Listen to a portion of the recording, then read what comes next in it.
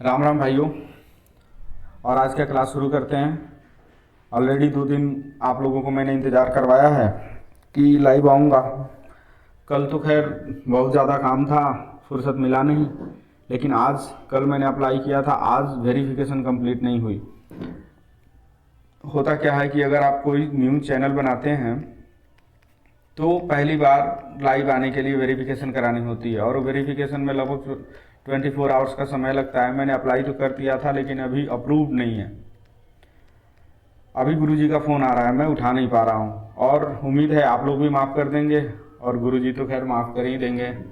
ठीक है, चलिए इसी उम्मीद के साथ शुरू करते हैं। कुछ बातें बताना चाहता हूँ कि 2024 के जो ये पेपर हम कर रहे हैं इसमें हम क्या क्या सीखेंगे, किन बातों का ध्यान रखते हुए आगे बढ़ेंगे और क्या क्या हमें फ़ायदा होगा। देखिए, पहली बात जिनको हम ध्यान रखते हुए आगे बढ़ेंगे वो है कि हम केवल क्वेश्चन नहीं करेंगे, क्वेश्चन के साथ साथ उसके आसपास के कॉन्सेप्ट का रिवीजन भी करेंगे, है ना। या कुछ ट्रिक होगा उनको मैं बताऊंगा, ताकि देखो बिहार बोर्ड के जो भी क्वेश्चंस होते हैं ना उनमें केवल कॉन्सेप्ट सेम होता है ना, और बाकी वर्ड नए करके वो क्वेश्चन पूछते हैं। तो अगर आपने इन कॉन्सेप्ट्स को ठीक ढंग से समझ लिया और क्वेश्चन करने के तरीके को सीख लिया तो मुझे लगता है कि आप एक बहुत ही बढ़िया नंबर स्कोर कर पाओगे। चलो, दूसरी बात हम सीखेंगे कि कैसे एलिमिनेट कर पाते हैं हम रॉन्ग ऑप्शंस को, ताकि हमें सही ऑप्शंस मिल जाए। तीसरी बात फोकस रहेगी स्टोरी ऑफ इंग्लिश की स्टोरी पे, कि स्टोरी ऑफ इंग्लिश के बारे में मैं एक स्टोरी बताऊंगा और उस स्टोरी से लगभग इस स्टोरी ऑफ इंग्लिश के लगभग ऑब्जेक्टिव क्वेश्चंस क्लियर हो जाएंगे। चलिए, तो देर ना करते हुए सेशन को स्टार्ट करते हैं। आप भी ध्यान से सुनिएगा और जो भी डाउट्स होंगे आप उनको इस वीडियो के कमेंट में लिखिए, ताकि मैं उनको क्लियर कर सकूं और उनका ध्यान रखते हुए आगे के पेपर्स करें हम लोग। जो भी समय बाकी है हम लोगों के लिए उस समय में आप रिवीजन करेंगे। मैं एक सेशन और एक्स्ट्रा लूँगा, हो सकता है आज ही रिकॉर्ड कर दूँ उस सेशन को, जिसमें मैं ये बताऊंगा कि एकेडमिक्स एग्ज़ाम जैसे बिहार बोर्ड के 12th के एग्ज़ाम्स हैं, 10th के एग्ज़ाम्स हैं, उनको करने का क्या तरीका होता है, पेपर में क्या करना पड़ता है कि अच्छे मार्क्स आ जाएं, किन बातों का ध्यान रखना पड़ता है और अभी आपको किन बातों को ध्यान रखना चाहिए एग्ज़ाम के समय में, कैसे आपको एग्ज़ाम देना है, किन बातों को ध्यान रखना है, वो सभी बातों को लेकर के एक मैं वीडियो बनाऊँगा। हो सकता है आज रात ही रिकॉर्ड हो जाए और उसको मैं अपलोड कर दूंगा। ठीक है, तो उम्मीद है कि आप लोग इन 2 दिनों के इंतज़ार के बाद मुझे माफ़ कर देंगे। और चलिए सेशन को शुरू करते हैं। 2024 के सारे क्वेश्चंस होंगे ऑब्जेक्टिव, उनको करेंगे। तो पहला क्वेश्चन ये है हमारा, राजू हैज़ हेल्प्ड उषा। इसको हमें पैसिव वॉइस में चेंज करना है। हम क्या जानते हैं कि पैसिव वॉइस में चेंज करने के लिए जो ऑब्जेक्ट होता है ना, ऑब्जेक्ट को हमें सब्जेक्ट की जगह पर लाना पड़ता है, और जो सब्जेक्ट होता है उसको एजेंट बनाना पड़ता है और बाई के साथ लिखना पड़ता है, बाई प्लस एजेंट। इतनी बात तो आप लोग जानते ही होंगे। चलिए, अब क्या इसकी मदद से हम कुछ क्वेश्चंस को, कुछ ऑप्शंस को एलिमिनेट कर पाते हैं, ख़त्म कर पाते हैं। तो देखिए, ये राजू नहीं होगा, क्योंकि हमें पता है ऑब्जेक्ट क्या है, उषा है, तो उषा पहले मतलब सब्जेक्ट के जगह पे आएगी, तो यहाँ पे राजू सब्जेक्ट के जगह पे है, तो ऐसे होगा नहीं। ठीक है, अब हमारे पास बचे 3 ऑप्शंस। तो छोटी सी ट्रिक है, उसको ध्यान में रखें आप। क्या कि अगर एक कर्व मैं बना देता हूँ, इस कर्व को ध्यान में रखेंगे ना तो उम्मीद है बहुत सारी चीज़ें आप कर पाएंगे। पहला कि अगर आप इंडेफिनिट पे खड़े हैं, मान लो किसी भी टेंस के इंडेफिनिट टेंस में आप खड़े हैं, तो नीचे जो कंटिन्यूअस टेंस के हेल्पिंग वर्ब हो गए उनको यूज़ करेंगे आप। अगर कंटिन्यूअस में खड़े हैं तो एक एक्स्ट्रा बीइंग का यूज़ करेंगे आप। ठीक है, जैसे इंडेफिनिट के हेल्पिंग वर्ब क्या होते हैं, डू, डज, डिड, है ना, और शैल विल। ठीक है, शैल विल हालांकि मॉडल होते हैं, उसको अलग से हम देख लेते हैं। तो पहले इसको देखिए कि कहीं भी पैसिव वॉइस में डू, डज, डीड का प्रयोग नहीं होता है, यानी कि अगर आप इंडेफिनिट टेंस में हैं तो आप किसका हेल्पिंग वर्ब यूज करेंगे, कंटिन्यूअस का। कंटिन्यूअस का हेल्पिंग वर्ब क्या होता है, इज, एम, आर, वॉज और वर। ठीक है, मतलब कि ये हेल्पिंग वर्ब होते हैं कंटिन्यूअस के। फिर से सुनिए, जब आप इंडेफिनिट टेंस में होंगे, ठीक है, तो आप किसका हेल्पिंग वर्ब यूज करेंगे, कंटिन्यूअस का। अगर आप कंटिन्यूअस में होंगे तो इनका तो यूज करेंगे ही, आप एक्स्ट्रा एक शब्द ऐड कर देंगे, वो होगा बीन। ये तो इतनी बात हो गई। दूसरा, अगर हैज, हैव, हैड, ठीक है, या शैल हैव या विल हैव के बाद V3 वाला मतलब वो सेंटेंस दिया गया है, उसको आपको पैसिव में चेंज करना है, तो इनके बीच में आप एक एक्स्ट्रा शब्द बीन ऐड कर देंगे।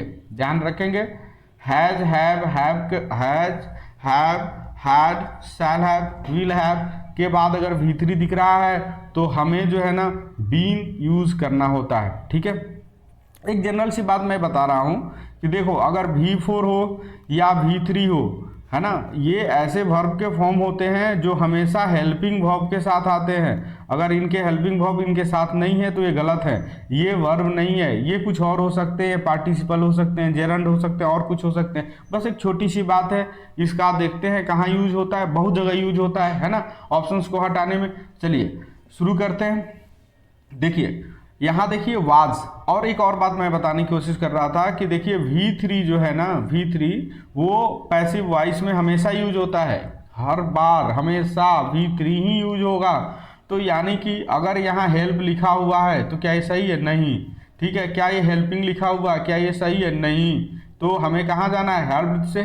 तो अगर हमें ये कॉन्सेप्ट भी केवल पता होता, इतनी सारी बातें नहीं भी पता होती, ठीक है, तब भी केवल हम V3, अगर ये पता है कि केवल पैसिव वॉइस में V3 यूज होता है, तब भी ये क्वेश्चन आप कर पाते। ठीक है, बाकी इन बातों का ध्यान रखें। ठीक है, हैज और V3 आया हुआ है तो बीन एक यूज होगा, तो बीन यहाँ भी यूज हुआ है, बीन यहाँ भी यूज हुआ है, लेकिन ये तो हेल्पिंग है, ING वाला है ना, V4। तो हमें पता है कि हम हमेशा V3 खोज रहे हैं, तो हमें जो V3 मिला वही सही होगा। चलिए नेक्स्ट क्वेश्चन की तरफ बढ़ते हैं। The college foundation day was cancelled as dash political workers try to forcibly enter the campus. छोटी सी बात को सीखेंगे पहले कि सम तो आपको पता होगा, सम कहाँ यूज करते हैं और फ्यू कहाँ यूज करते हैं। सम और फ्यू को हम काउंटेबल नाउन के साथ यूज करते हैं, मैंने जिन्हें हम गिन सकते हैं, ठीक है, उनके साथ यूज करते हैं। एनी का हम कहाँ यूज करते हैं भैया? एनी का दोनों के साथ, आप उन्हें गिन पाओ तब भी यूज कर लो, नहीं गिन पाओ तब भी यूज कर लो। ठीक है, दोनों के साथ, लेकिन कंडीशन है ये केवल क्वेश्चंस में यूज होंगे और निगेटिव सेंटेंस में यूज होंगे। इतनी बात का ध्यान रखेंगे कि केवल एक क्वेश्चन में यूज होगा या निगेटिव में यूज होगा। काउंटेबल अनकाउंटेबल का केस इसके साथ नहीं है। और लिटिल का प्रयोग कहाँ करेंगे? लिटिल का प्रयोग हम अनकाउंटेबल के साथ करेंगे। ठीक है, इतनी सी बात है। चलिए अब शुरू करते हैं। द सम और द फ्यू का यूज हम कहाँ करेंगे? कि देखिए ध्यान रखिएगा कि सम और फ्यू के बाद द का प्रयोग तभी करेंगे जब ऑफ के साथ कोई सा भी नाउन लिखा हो इधर। ठीक है, तब हम यूज करेंगे द सम और द फ्यू का। ठीक है, अब देखो ज्यादा डीप में नहीं जाना, ये क्यों यूज हो रहा है, कैसे यूज हो रहा है, इतनी डीप बात हमें भी नहीं समझनी, और उम्मीद है कि आप लोगों की इसकी नीड भी नहीं है। अगर इसके लिए मैं एक जीरो टू हीरो, ठीक है, मैं एक ग्रामर बैच शुरू कर रहा हूं, है ना। अगर आपको थोड़ी सी इंग्लिश की तमीज सीखनी है, मतलब कि कैसे अंग्रेजी को करते हैं, कैसे पढ़ते हैं, कैसे सुनते हैं, कैसे लिखते हैं, तो उन बातों को सीखना है तो आप यहाँ ज्वाइन करें, है ना। एकदम स्क्रैच से हम लोग एकदम जीरो से शुरू करेंगे। ऐसा कि मान लीजिए कि किसी को कुछ नहीं आता, वैसा वहां से इंग्लिश की शुरुआत करेंगे और उम्मीद करेंगे कि एक लेवल, कॉम्पिटेटिव लेवल तक आपको पहुंचाया जा सके। चलिए फिर से हम बताते हैं कि सम और फ्यू का प्रयोग काउंटेबल के साथ करते हैं, एनी का प्रयोग क्वेश्चन और निगेटिव के साथ करते हैं, काउंटेबल अनकाउंटेबल के साथ तो करते ही हैं, है ना, दोनों के साथ करते हैं। तो ये केस पूछा ही नहीं जाता है, पूछा जाता है क्वेश्चन और निगेटिव वाला। लिटिल का प्रयोग कहाँ करते हैं? केवल अनकाउंटेबल के साथ करते हैं इनका प्रयोग। ठीक है, चलिए the sum, the few, the little, इनका हम कहाँ प्रयोग करेंगे भैया? ऑफ के बाद कुछ लगा हो तब। ठीक है, चलिए तो हमें देखना है क्या लिटिल का प्रयोग होगा। ये इसके बाद पॉलिटिकल वर्कर्स हैं, यानी राजनीतिक कार्यकर्ता। तो क्या राजनीतिक कार्यकर्ताओं को आप गिन सकते हैं? गिनेंगे तभी तो ये प्लुरल बना हुआ है। ठीक है, तो यानी हम गिन पा रहे हैं, तो लिटिल का प्रयोग नहीं करेंगे। दूसरी बात, क्या ऑफ के साथ कुछ जुड़ा हुआ है? नहीं जुड़ा हुआ है, तो द फ्यू और द सम का प्रयोग करेंगे ही नहीं। तो हमारे पास ऑप्शन क्या बच गया? सम, सही जवाब। आगे बढ़ते हैं। कह रहा है कि रंजन एक्यूज्ड, जब भी एक्यूज वर्ड आए तो उसके साथ ऑफ प्रेपोजिशन यूज होता है, ठीक है, ध्यान रखेंगे। चलिए ब्राइड एंड ब्राइड ग्रूम, देखिए जैसे एक हो गया ब्राइड और दूसरा वर्ड हो गया हमारा ब्राइड ग्रूम, ठीक है। ब्राइड मतलब होता है दुल्हन और ये होता है दूल्हा, ठीक है, ठीक है। तो एंड के साथ जुड़ने के कारण ये जो है ना दो अलग अलग चीजें अब प्लुरल बन चुकी है, यानी कि अब हमारा वर्ब जो है ना प्लुरल है। ध्यान देंगे, इसके आसपास के कॉन्सेप्ट को सीखते हैं। जैसे मान लीजिए मैंने लिखा राम विद श्याम, राम विद श्याम, ठीक है। फिर मैंने लिखा राम और श्याम, फिर मैंने लिखा राम एंड श्याम, ठीक है। तो इन चीजों में ये ध्यान रखना है कि अगर एंड से जुड़ा हुआ है तो एंड समझ लो प्लस है, यानी कि एक और एक दो बन गए। अब हमारा सब्जेक्ट जो है वो प्लुरल हो गया, ठीक है। लेकिन ये लोग प्लुरल नहीं, मतलब ये लोग प्लस का इफेक्ट नहीं बनाएंगे। कारण क्या है कि यहाँ सिलेक्शन का बोध हो रहा है, या तो राम को सिलेक्ट करना है या तो श्याम को सिलेक्ट करना है, सिलेक्ट एक ही होगा, तो हमारा वर्ब यहाँ पे सिंगुलर हो जाएगा। अब हम बात करते हैं यहाँ पे, अगर मान लो कि सब्जेक्ट लिखा हो और प्रेपोजिशन के साथ कुछ भी जुड़ा हुआ हो तो हमें प्रेपोजिशन के बाद की सारी बातें छोड़ देनी होती है ना। इनको हम प्रेपोजिशनल फ्रेज भी बोलते हैं, इनको हमें छोड़ देनी होती है ना। तो अगर विद के साथ श्याम जुड़ा हो, कुछ भी जुड़ा हो, अगर टुगेदर विद लिखा हो या ऑफ लिखा हो, राम ऑफ अयोध्या, है ना, तो हमें इन सभी बातों का ध्यान नहीं देना है। इसके पहले वाला नाउन ही हमारा सब्जेक्ट होता है, इसी के अनुसार हमें वर्ब लगता है, तो हमारा वर्ब सिंगुलर हो जाएगा। चलिए इतनी बात अगर समझ में आ गई हो तो यहां बढ़ते हैं। एंड क्या होता है, जोड़ का इफेक्ट पैदा करता है, यानी कि एक और एक दो हो गए। अब ये हमारा जो वर्ब है वो प्लुरल होगा। अब बात करते हैं क्या आईएनजी वाले वर्ब के लिए हमारे पास हेल्पिंग वर्ब क्या होता है, ठीक है। चलिए तो दो हैं, तो हमें पहले तो प्लुरल वर्ब छांटने हैं, सिंगुलर को क्रॉस कर देना। सिंगुलर हमारा सही नहीं होगा, वाज सिंगुलर है गलत होगा, हैज सिंगुलर है गलत होगा। हमें पता है हैव के साथ हम हमेशा V3 का प्रयोग करते हैं, लेकिन यहाँ तो V4 है, तो यानी कि V3 वाला नहीं होगा, तो ये भी नहीं होगा। सही जवाब क्या है, वेयर, यानी कि इज, एम, आर, वाज और वेयर, ठीक है। इनके साथ हम V4 का प्रयोग करते हैं, और इनके साथ अगर हम V3 का प्रयोग कर रहे हैं तो यानी कि हम क्या बना रहे हैं, पैसिव बना रहे हैं। ध्यान रखिएगा। चलिए आगे बढ़ते हैं। The builder finish the work in 1 week, ठीक है। इसमें हमें निगेटिव सेंटेंस बनाना है। जब हम निगेटिव सेंटेंस बनाते हैं तो पहले उस सेंटेंस को देखते हैं कि भाई कि वो सेंटेंस के लिए हेल्पिंग वर्ब क्या होगी। तो यहाँ कोई हेल्पिंग वर्ब नहीं दिया हुआ है। देखिए केवल एक ही ऐसा हेल्पिंग वर्ब होता है जो छुपा होता है, ध्यान से समझिए। बाकी सभी हेल्पिंग वर्ब दिखाई देते हैं, है ना। कौन सा हेल्पिंग वर्ब छुपा होता है, डू, डज और डिड, ये हेल्पिंग वर्ब छुपा होता है, नहीं दिखता है ना।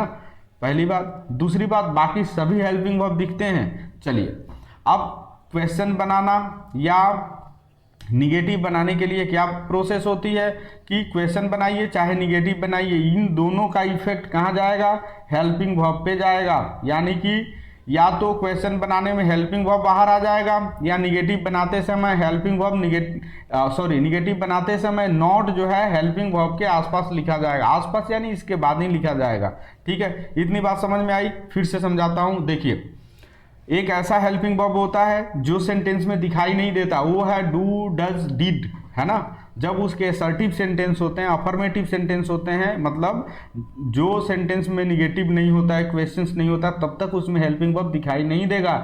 इस बात का ध्यान रखना है। दूसरी बात, अगर हम क्वेश्चन बनाते हैं या निगेटिव बनाते हैं, दोनों का इफेक्ट हेल्पिंग वर्ब ही बर्दाश्त करता है। यानी क्वेश्चन बनाते समय हेल्पिंग वर्ब को बाहर कर देंगे और निगेटिव बनाते समय हेल्पिंग वर्ब के बाद नॉट को लिखते हैं, ठीक है। इतनी बात समझ में आई।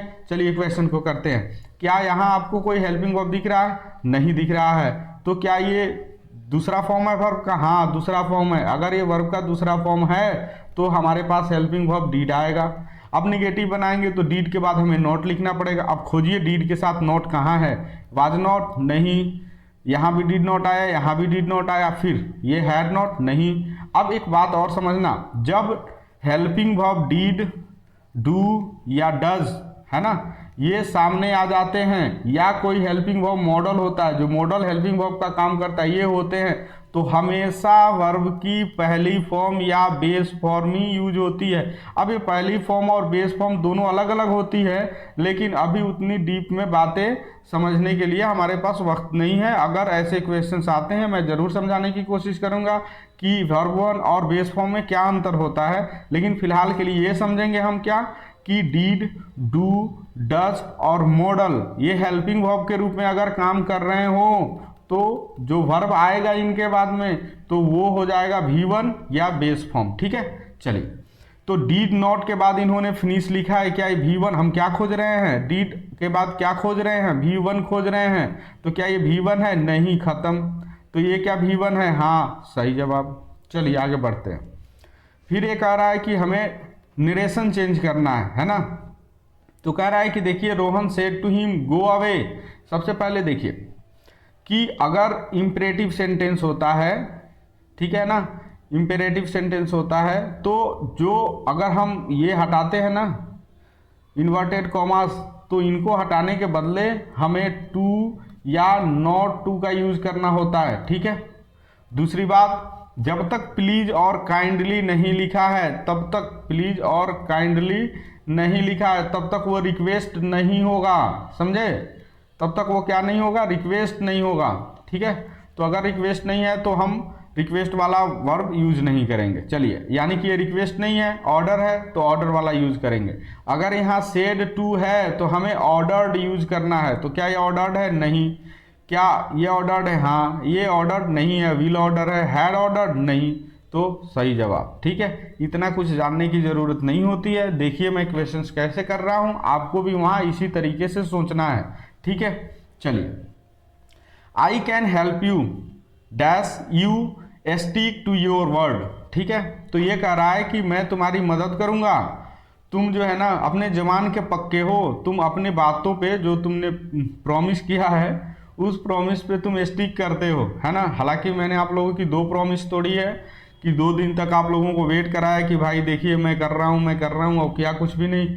ठीक है, तो इसके लिए आप लोग माफ़ करेंगे। कल से हम लोग ज़रूर लाइव रहेंगे और बहुत सारी चीज़ें इसी एनर्जी के साथ हम लोग सीखेंगे। ठीक है, आप लोग भी अपनी एनर्जी बनाए रखें। अगर आप लोग सो के देख रहे हैं तो कृपया बैठें और चीज़ों को समझें, ताकि आप वहाँ एग्ज़ाम में जाकर ऐसे ही सोचें और अच्छे से क्वेश्चंस को करें। चलिए, अब इसमें कुछ बातें हैं, उनको हम बारीक बातों को सीखते हैं। देखिए, बट हम तब लगाते हैं ना जब हमारे पास ऐसे फैक्ट होते हैं, ऐसी बातें कही जाती है। मान लो एक में अच्छी बातें कही गई गुड और दूसरे में बैड, है ना, तब हम यूज करेंगे बट का।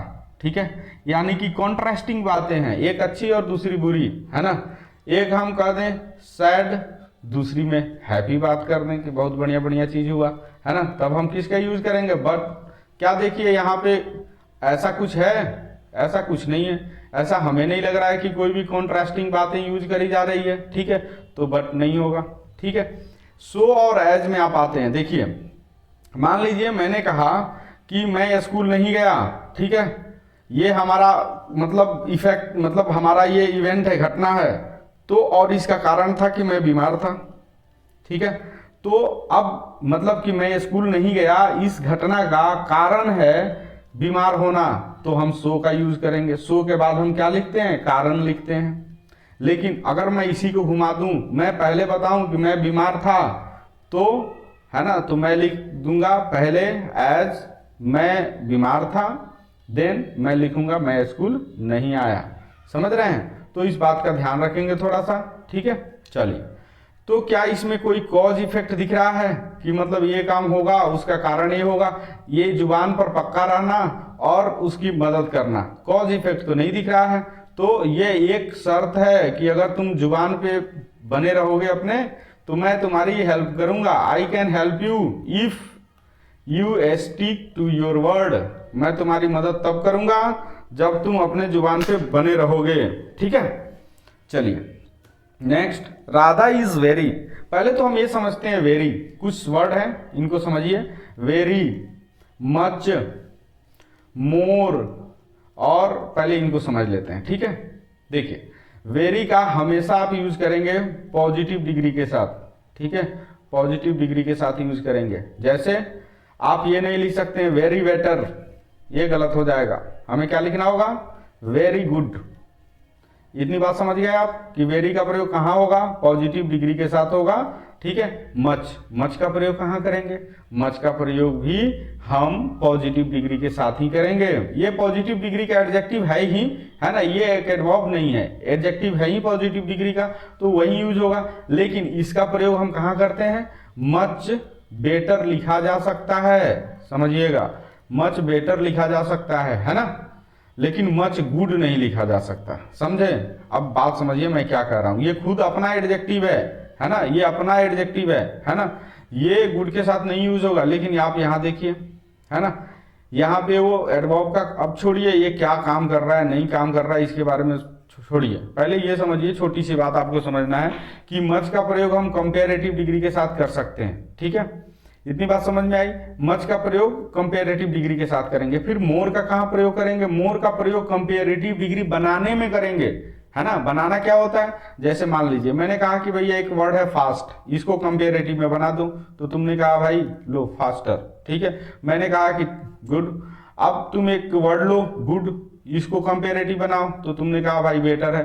तो जब इसके फॉर्म अवेलेबल हैं तभी तो तुम बना रहे हो। लेकिन मैं अगर कह दूं कि ये काम करो ब्यूटीफुल को बनाओ, है ना, तो क्या तुम ब्यूटीफुलर लिख लोगे, नहीं, इसको लिखना पड़ेगा मोर ब्यूटीफुल, है ना।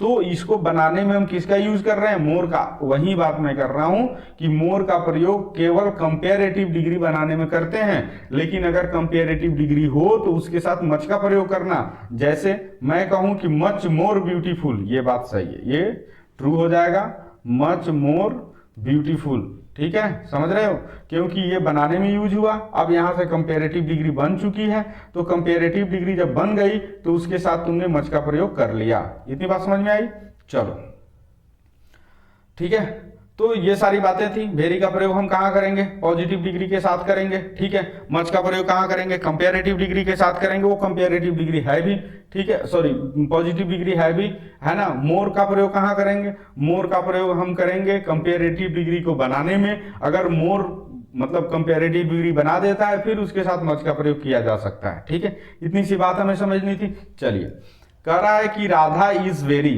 वेरी के बाद हमें, ठीक है ना, एक एडजेक्टिव चाहिए। ठीक है, अब एडजेक्टिव कैसे पहचानोगे आप, IVE लास्ट में होगा, है ना, IVE लास्ट में होगा। जैसे टॉकटिव, है ना, वो होता है एडजेक्टिव। चलिए, टॉक क्या, वेरी के बाद, मतलब वेरी क्या है, एडवर्ब है। एडवर्ब के बाद हमें क्या चाहिए होता है, हमें चाहिए एडजेक्टिव। क्या ये एडजेक्टिव है टॉक, नहीं। क्या टॉकिंग एडजेक्टिव है, नहीं, है ना। क्या टॉकी, ये ऐसा कोई वर्ड ही नहीं होता अंग्रेजी में। ठीक है, तो टॉकेटिव माने बातूनी, वो बहुत बातूनी है ना, राधा बहुत बातूनी है, बहुत बात करती है। अब कह रहा है कि इसमें कि ऑड वन आउट करना है, मतलब कि जो ऑड हो, चारों में जो अलग हो उसको बाहर का रास्ता दिखा देना है।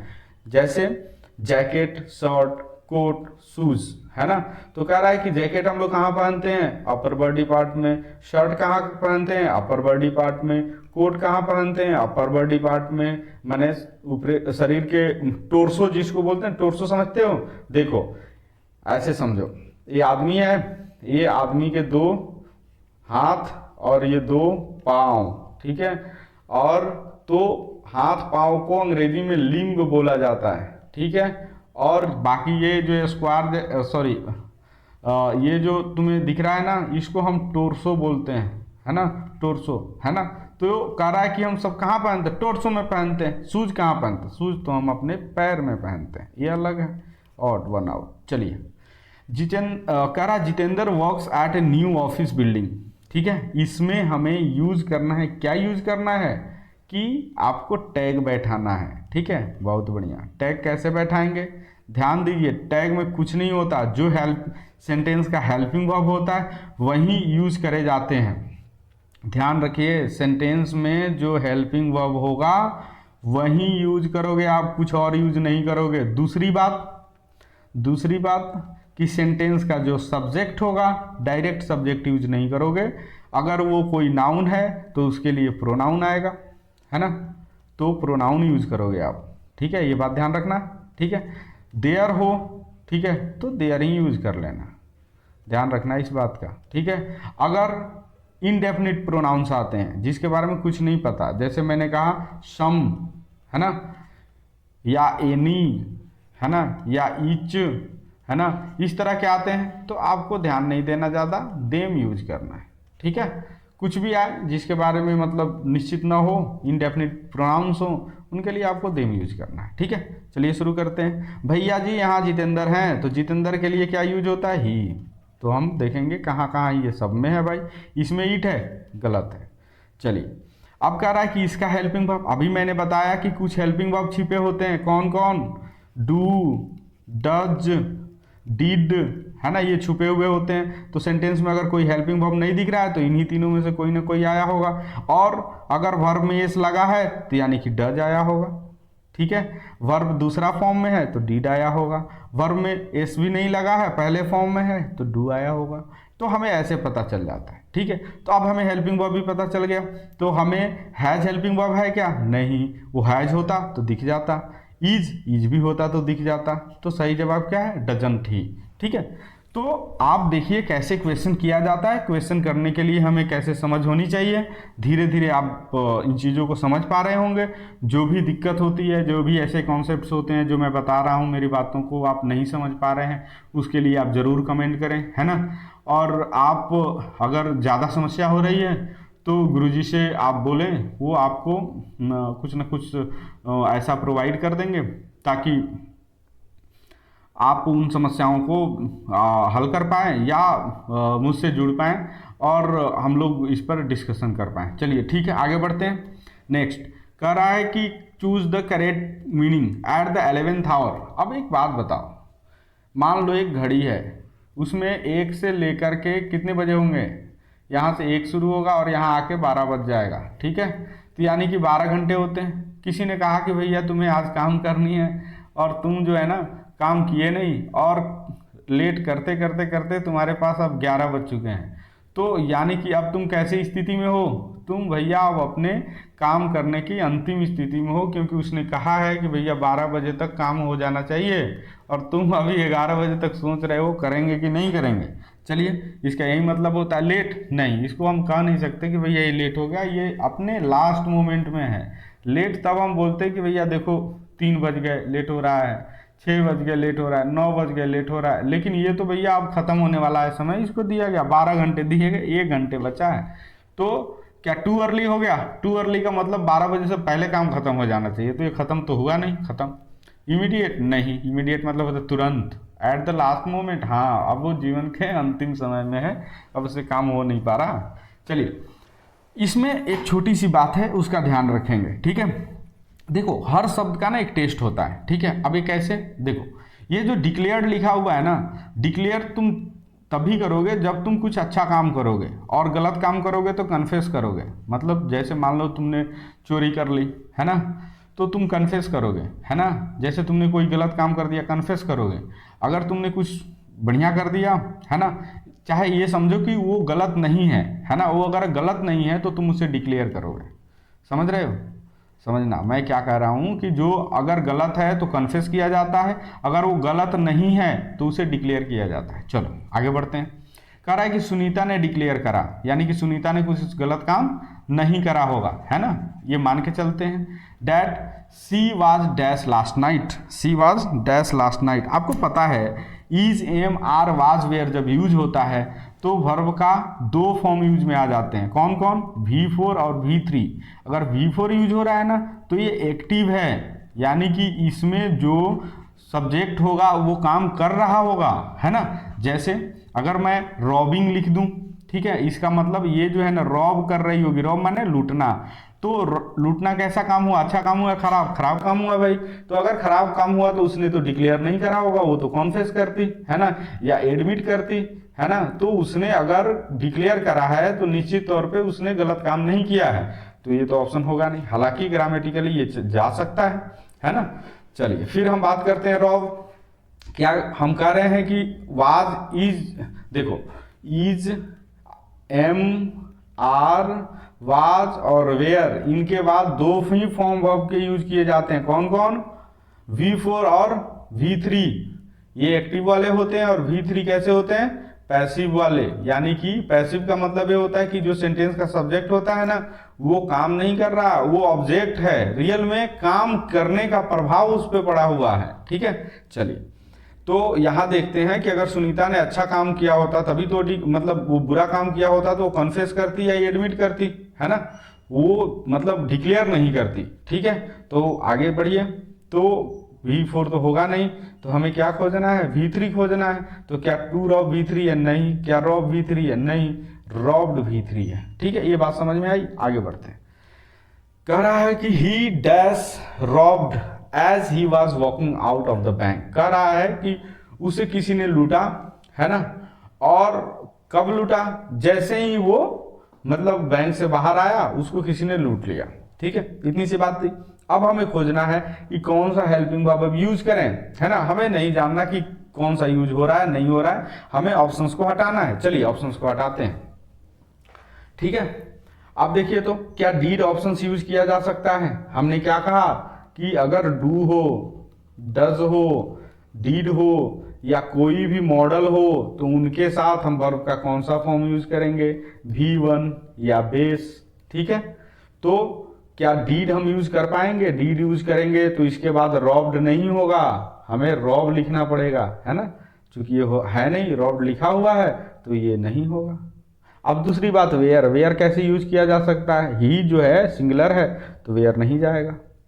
फिर आता है क्या हैड यूज कर सकते हैं, एकदम यूज कर सकते हैं हैड, हैड के बाद V3 भी यूज होता है। ठीक है, चलिए क्या हम गॉट यूज कर सकते हैं, जी गॉट भी यूज कर सकते हैं। अब चलिए मैं बताता हूँ हैड हम क्यों यूज नहीं करेंगे, गॉट हम क्यों यूज करेंगे। ठीक है, तो कह रहा है कि देखिए इस सेंटेंस को पढ़ने के बाद आपको लग रहा होगा कि इसी भाई साहब को लूटा गया है। क्यों, क्योंकि ये बैंक से पैसा लेके निकल रहे होंगे और किसी ने धर दबोचा होगा, सारा पैसा छीन लिया होगा, है ना। तो अगर इनको लूटा गया है, ये लूट नहीं रहे हैं, है ना, अगर ये लूट नहीं रहे हैं, ऐसी स्थिति में हमें ये बताना होगा कि इन्हें लूट लिया गया, और वो बात ये बता रहा है गॉट रॉब्ड। अगर हम हैड रॉब्ड लगाएंगे तो इसका मतलब इन्होंने नहीं लूट किया है, इन्होंने लूटा है किसी को, है ना। अच्छा मान लो कि ये सेंटेंस ठीक है, दोनों जगह ही लगा हुआ है, तो हमें क्या पता कि किस ही की बात हो रही है, दोनों अलग अलग आदमी हो। भाई साहब इन्होंने लूट लिया और वो कोई दूसरा ही रहा होगा, वो बैंक से बाहर आ रहा होगा और इसने उनको लूट लिया, ये भी तो कोई मतलब लॉजिक हो सकती है। तो क्या ये सही है, नहीं। देखिए कैसे सही नहीं है। जब भी हम हैड प्लस V3 का यूज़ करेंगे, ध्यान रखना ये जो टेंस होता है ना, ये नॉर्मल टेंस नहीं होता। इनका जब भी हम प्रयोग करेंगे तब हम, जैसे तुम देखे हो ना, बिफोर मतलब कि रोगी के मरने के बाद डॉक्टर आया, या तुम ये पढ़े हो कि घंटी लगने के बाद मैं स्कूल पहुंचा। तो बिफोर और आफ्टर का यूज करके आपको बताया जाएगा कि कौन सा काम पहले हुआ, कौन सा काम बाद में हुआ, है ना, या कॉन्टेक्स्ट क्लियर किया जाएगा कि भाई ये वाला काम जो है ना बहुत पहले हो चुका है ना। यहाँ ऐसी कोई बात नहीं है कि ये वाला काम बहुत पहले हो चुका है। चलो एक और छोटी सी बात बताता हूँ, है ना, इसको कैसे समझते हैं। जैसे मान लो कि एक टाइमलाइन बना लो, ठीक है, ठीक है। अब मान लो कि ये अभी का समय है, ये हमारा प्रेजेंट है, ठीक है, और ये बज रहे हैं 9 और ये बज रहे हैं 8 और अभी जो बज रहे हैं 10 और ये हो गया 7। अभी 10 नहीं बज रहे भाई, अभी तो 7:30 बज रहे हैं, है ना। तो ऐसा मत समझना कि मैं बहुत देर को रिकॉर्ड कर रहा हूँ इस बात को, ठीक है। चलो तो मान लो कि अभी हमारे पास 10 बज रहे हैं, है ना, और मैं ये कहता हूं कि ये भाई साहब ने लूटा है किसी को, है ना। तो ये लूटा है तो पास्ट, ये जो 9 है ना, 9 बज रहा है, ये पास्ट है ना। और पास्ट के भी पीछे जो काम होगा उसे हम कहते हैं पास्ट परफेक्ट। समझिए, परफेक्ट माने होता है कि जहां हम खड़े हैं उससे पहले से काम शुरू होकर कंप्लीट हुआ है, ठीक है। और पास्ट परफेक्ट का मतलब कि पास्ट में खड़े होकर हम देख रहे हैं तो उससे पहले काम पूरा हो गया। प्रेजेंट परफेक्ट का मतलब प्रेजेंट में खड़े हैं, हम देख रहे हैं कि इसके पहले काम पूरा हो गया। समझ रहे हो इतनी सी बात को। और पास्ट परफेक्ट का मतलब हमें पास्ट में खड़ा होना होगा और हमें यह देखना होगा कि हम पास्ट में खड़े हैं तो देख रहे हैं कि पीछे काम पूरा हो गया, ठीक, इतनी बात। तो कह रहा है ही was walking out of the bank. मान लो कोई व्यक्ति 9 बजे बैंक से बाहर निकल रहा है, ठीक है, ठीक है। क्योंकि वो पास्ट में लिखा हुआ है तो पास्ट में काम हो रहा है। अब वो कह रहा है कि उसने पहले लूटा है, had robbed, he had robbed, उसने पहले ही लूट लिया है। तो ऐसे कैसे संभव है कि इसने लूट की काम 8 बजे करी और कोई दूसरा बंदा 9 बजे बैंक से निकल रहा है? ऐसा तो नहीं होगा। ठीक है, तो बात समझो, ऑप्शन बी जो है ना, ऑप्शन ए जो है ना, वो हो ही नहीं सकता, क्योंकि उसकी जो मीनिंग निकलती है वो बहुत ही अलग वाहियात मीनिंग निकलती है ना, वो हो ही नहीं सकता। तो हमारे पास एक ही ऑप्शन बचता है, गॉट रॉब्ड। ठीक है ना, यानी उसे लूट लिया गया। गेट के बाद हम V3 का यूज करते हैं जब हम कॉजेटिव बनाते हैं। कॉजेटिव सेंटेंसेस जानते हो, जैसे I got my hair cut, मैंने अपना बाल कटवाया। ठीक है, ऐसे लिखते हैं, पॉजिटिव सेंटेंसेज होती है। जैसे तुमने ये भी पढ़ा होगा, राम मेड सीमा क्राई, है ना। ठीक है, तो राम ने सीमा को रुला दिया, ये पढ़े होगे पॉजिटिव में, है ना। तो अगर नहीं भी पढ़े हो तब भी इतना सोचने की जरूरत नहीं है। अगर हम थोड़ी सी लॉजिक सीख लें और मेरी बातों को ध्यान में रखें तो निश्चित ही 2023 का जब हम लोग पेपर करेंगे, अभी तो 2024 का कर रहे हैं, 2023 का जब पेपर करेंगे तो आप ही खुद कहोगे कि बहुत सारी बातें कॉमन है। और 5-7 पेपर जितने भी समय हमारे पास बचे हैं, उतने समय में जितने भी हम पेपर कर पाए, उतने पेपर को करने के बाद आपको खुद पता चल जाएगा कि मतलब आप शानदार तरीके से पेपर को हल कर पाओगे। चलो आगे बढ़ते हैं। The fireman dash the fire, fireman होता है वो लोग जो आग को बुझाते हैं। ठीक है, कहता है कि फायरमैन ने फायर को क्या करा होगा, तो लगा दिया होगा कि बुझा दिया होगा, तो सही जवाब है बुझा दिया होगा, है ना। तो बुझाने का इसमें जो जवाब है वो है पुट आउट। पुट आउट याद रखना, पुट आउट माने होता है बुझा देना, पुट आउट माने होता है बुझा देना। ठीक है, तो सही जवाब है पुट आउट। बाकी इनको बता के भी कोई फायदा नहीं है, क्योंकि ये सारी चीजें ऐसा नहीं है कि मतलब यही चीजें रिपीट होती हैं, कुछ और चीजें आ जाएंगी, है ना। तो मतलब अगर आता है तो ये क्वेश्चन करें, नहीं तो इन क्वेश्चन को आपको स्किप करना होता है। ठीक है, छोड़ देना होता है, क्योंकि ये फ्रेजल वर्ब के क्वेश्चन है और फ्रेजल वर्ब के क्वेश्चन जो होते हैं काफी ट्रिकी होते हैं। चलिए आगे बढ़ते हैं। चूज द करेक्ट स्पेलिंग, आपको याद रखना है पॉपुलर में पोप्पू होता है, पोप्पू, है ना। तो देखो तो पीपू लिखा है, पुप्पो लिखा है, पोपी लिखा है, हमें पोपू खोजना है तो पोपू मिल गए। चलिए, सी सेड टू मोती डोंट मूव। ठीक है, तो उसने क्या कहा कि डोंट मूव, है ना। अभी हम क्या करते हैं कि हम चेक करते हैं कि कौन कौन से ऑप्शंस गलत हो जाएंगे। क्या ये वॉइस का क्वेश्चन है?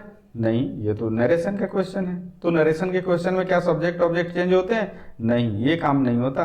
प्रोनाउन बेशक चेंज हो जाएंगे, सब्जेक्ट का ऑब्जेक्ट में चेंज नहीं होता है। यानी कि सब्जेक्ट हमारा क्या रहेगा? सी रहेगा। तो देखो, अगर इतनी सी बात समझ में आती तो ये सारी बातें खत्म हो गई, यही ऑप्शन सही था। ठीक है, सी टोल्ड मोती, अगर निगेटिव है तो नॉट टू, पॉजिटिव है तो टू। ठीक है, मैंने क्या बताया था कि इंपेरेटिव जो सेंटेंसेज होंगी उनमें नॉट टू या टू का प्रयोग करोगे। कब? जब तुम यहां से ये दो इन्वर्टेड कॉमास को हटाओगे तो टू और नॉट टू का प्रयोग करोगे। और एक बात बताया कि अगर प्लीज और काइंडली लिखा हो तभी आप इसको रिक्वेस्ट समझेंगे, अन्यथा रिक्वेस्ट अपने मन से बनाने की जरूरत नहीं है। चलिए आगे बढ़ते हैं। फिर सोहन्स मैंगो, मैंने कह रहा है कि सोहन का जो आम है is the dash of all. देखिए हमेशा ध्यान रखें द कहाँ यूज करते हैं। द जो होता है ना, हम तभी यूज कर पाएंगे उसको जब नाउन जो लिखा हुआ हो वो नाउन हमें पार्टिकुलर हो जाए, मतलब हम विशेष नाउन की अब बात करने लगे कि भैया किसी भी तरह से वो नाउन जो है ना अब विशेष हो गया, अब उसके बारे में हम बहुत कुछ जानते हैं। ऐसा कब होगा?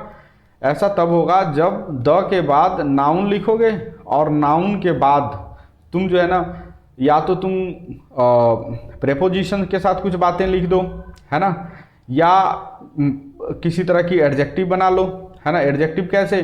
जो वर्ब से बनते हैं एडजेक्टिव, है ना, उनको बना के लिख दो तो ये नाउन पार्टिकुलर हो जाएगा, है ना।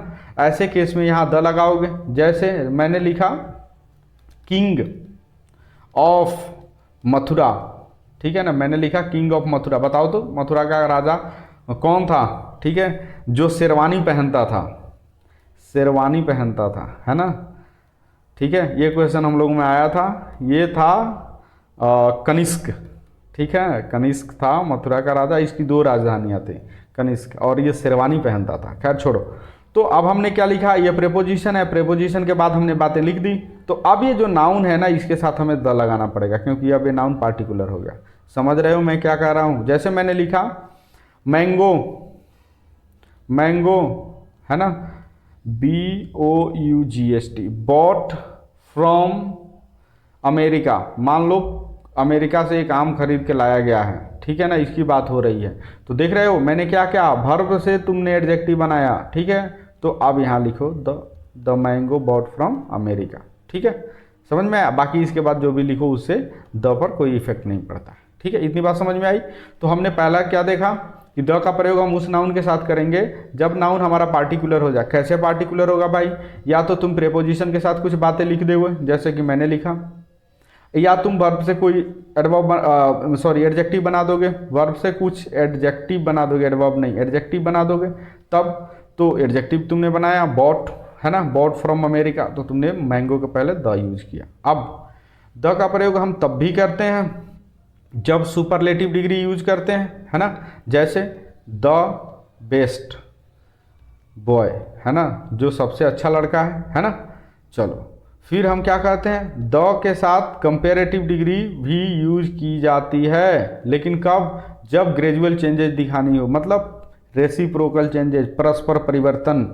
जैसे मान लो तुम जितनी ऊंचाई पर जाओगे उतना ही ठंडा होता जाएगा मौसम, तो लिखते हैं द हायर यू गो, ठीक है, द कूलर यू फाइंड, माने जितना तुम ऊपर जा रहे हो उतना ठंडा हो रहा है। तो ये मतलब ये रेसिप्रोकल परस्पर बदलाव की स्थिति है।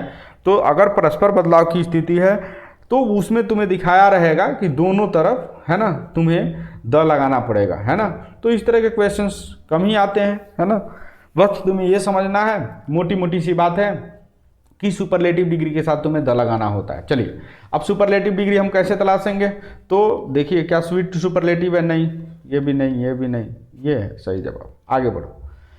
The student have gone to dash school. अब एक बात समझना तुम, ठीक है, कहाँ हम आर्टिकल नहीं लगाएंगे उनकी बात समझाता हूं मैं।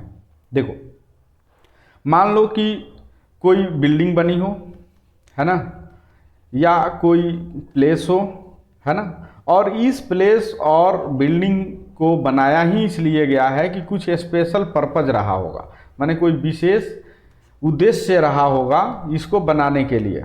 जैसे कौन कौन सी बिल्डिंग है? जैसे स्कूल, क्या उद्देश्य है? स्टडी, है ना, एडुकेशन, ठीक है। टेम्पल, क्या उद्देश्य है? वर्शिप, पूजा पाठ करना, ठीक है। चलो, हॉस्पिटल, क्या उद्देश्य है? ट्रीटमेंट, ठीक है, इलाज करना, ठीक है। तो ये बिल्डिंग्स हैं स्पेशल पर्पज के लिए बनाई गई हैं। मार्केट स्पेशल प्लेस है ना, खरीद बेच करने के लिए, किसी चीज़ को खरीदना और बेचने के लिए जगह बनाई गई है। तो कुल मिला के ये बातें हैं, अगर कोई भी बिल्डिंग या प्लेस स्पेशल उद्देश्य के लिए, विशेष उद्देश्य के तहत बनाया गया है और उसी उद्देश्य को पूरा करने के लिए तुम वहाँ जा रहे हो, एग्जाम्पल के लिए स्कूल जा रहे हो पढ़ने के लिए, टेम्पल जा रहे हो वर्शिप करने के लिए, और हॉस्पिटल जा रहे हो ट्रीटमेंट के लिए, मार्केट जा रहे हो किसी चीज़ को बेचने या खरीदने के लिए, तो उसी काम के लिए अगर जा रहे हो जिस काम के उद्देश्य से उसे बनाया गया है, तो कोई भी तुम्हें आर्टिकल यूज करने की ज़रूरत नहीं है। पहली बात ये हो गई। दूसरी बात ये समझो, जैसे अगर तुम वे ऑफ ट्रांसपोर्ट की यूज़ करते हो, जैसे बाई कार, है ना, जैसे बाई कार यूज़ करोगे तो यहाँ भी हमें आर्टिकल यूज नहीं करना होता है, ठीक है, समझ गए। चलिए आगे देखते हैं। स्कूल जो है ना, तो हमने देखा कि स्टूडेंट, क्या स्टूडेंट स्कूल जा रहे हैं तो स्टूडेंट का पर्पज़ क्या रहा होगा जाने का? पढ़ाई, तो उसी के लिए स्कूल बना है। हाँ, तो कोई भी आर्टिकल मत यूज़ करो। लेकिन हमने कहा कि नहीं, स्टूडेंट को हटाएंगे, हमने लिखा पेरेंट्स। तो क्या पेरेंट्स अब भी पढ़ने जा रहे हैं? नहीं भाई, स्कूल वो पढ़ने नहीं जा रहे हैं, तो हमें क्या लगाना पड़ जाएगा? वो द स्कूल जा रहे हैं। हो सकता है फीस जमा करने, PTM पेरेंट टीचर मीटिंग हो रही है इसलिए जा रहे हैं, बहुत सारे काम हो सकते हैं इसलिए वो जा रहे होंगे, ठीक है, एडमिशन कराने जा रहे होंगे, ठीक है। तो वो पढ़ने चूंकि नहीं जा रहे हैं, उस उद्देश्य से उस बिल्डिंग को बनाया गया है ना, तो फिर आपको वहां पे द यूज करना है ना। अगर उसी उद्देश्य से कोई जा रहा है तो वहां पे कोई भी आर्टिकल यूज नहीं करना। इतनी बात मुझे लगता है आपको समझ में आ गई होगी। आगे बढ़ते हैं। कह रहा है कि कमलेश अफ्रेड, हमने पहले क्या पढ़ा, एक्यूज्ड, तो एक्यूज्ड के साथ भी ऑफ यूज करेंगे और अफ्रेड के साथ भी ऑफ यूज करेंगे। चलिए आगे बढ़ते हैं।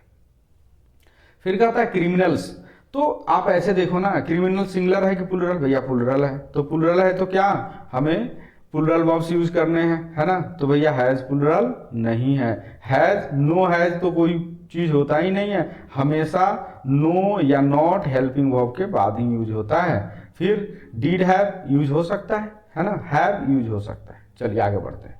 कह रहा है criminals have no sympathy for innocent people, कह रहा है कि क्रिमिनल्स के पास कोई सिंपैथी क्या बोलते हैं उसको, क्या बोलते हैं, संतवाना, है ना, संतवाना नहीं होती निर्दोष लोगों के लिए। ठीक है, चलो अब एक बात बताओ, तुम्हें ध्यान देना है जिसकी बात मैं कर रहा हूं।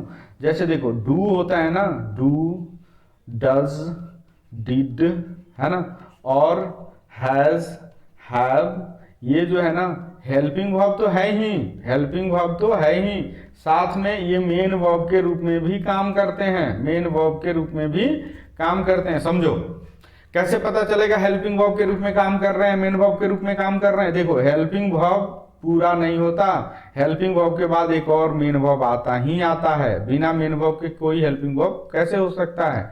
मान लो कि अगर कोई मेन मिस्त्री नहीं हो तो हेल्पर कैसे एग्जिस्ट कर सकता है, नहीं कर सकता है ना। तो जैसे हेल्पर होता है किसी व्यक्ति को हेल्प करने के लिए, ठीक उसी तरह हेल्पिंग वर्ब होते हैं किसी भी वर्ब को हेल्प करने के लिए। जब मेन वर्ब नहीं होगा तो वही वर्ब मेन वर्ब कहलाएगा, या मेन वर्ब की होने की स्थिति में वो वर्ब हेल्पिंग वर्ब कहलाएगा। चलो बात खत्म, आगे बढ़ते हैं।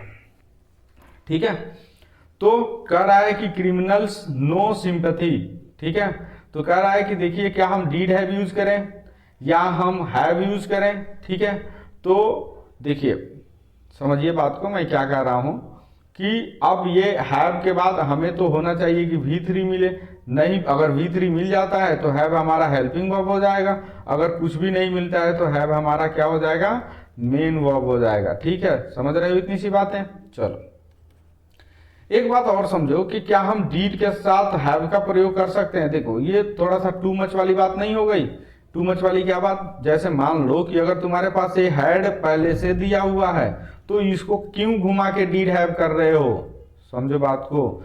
ठीक है, डीड हैव वही काम करेगा जो तुम्हारा हैड करेगा, तो मतलब ये थोड़ी सी टू मच वाली बात हो गई कि यार जब हमें हैड दिया हुआ है एक फॉर्म तो हम वहां पे डीड हैव क्यों यूज कर रहे हैं, तो डीड हैव होता ही नहीं है।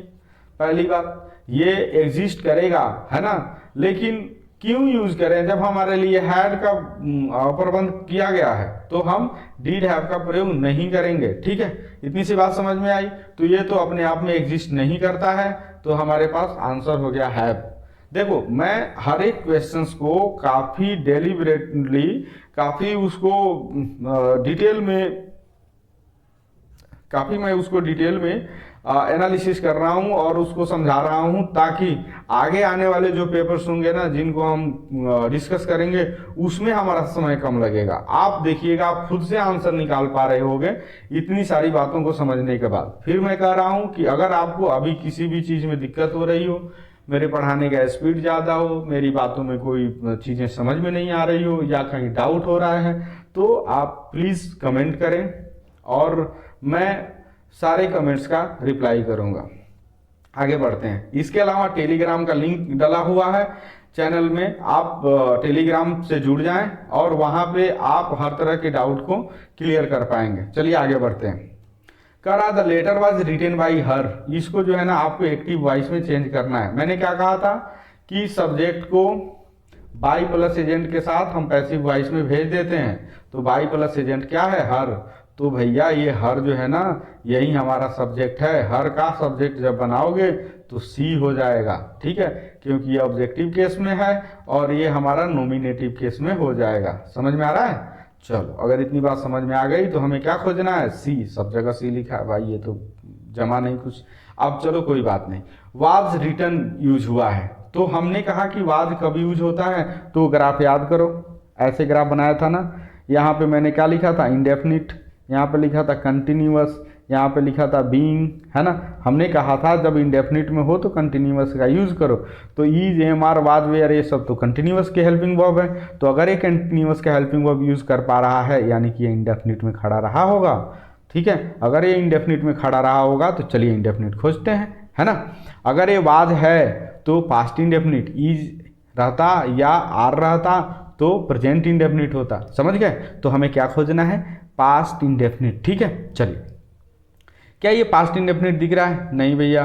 क्या ये हैज राइट पास्ट इंडेफिनिट दिख रहा है, नहीं, ये तो परफेक्ट टेंस है।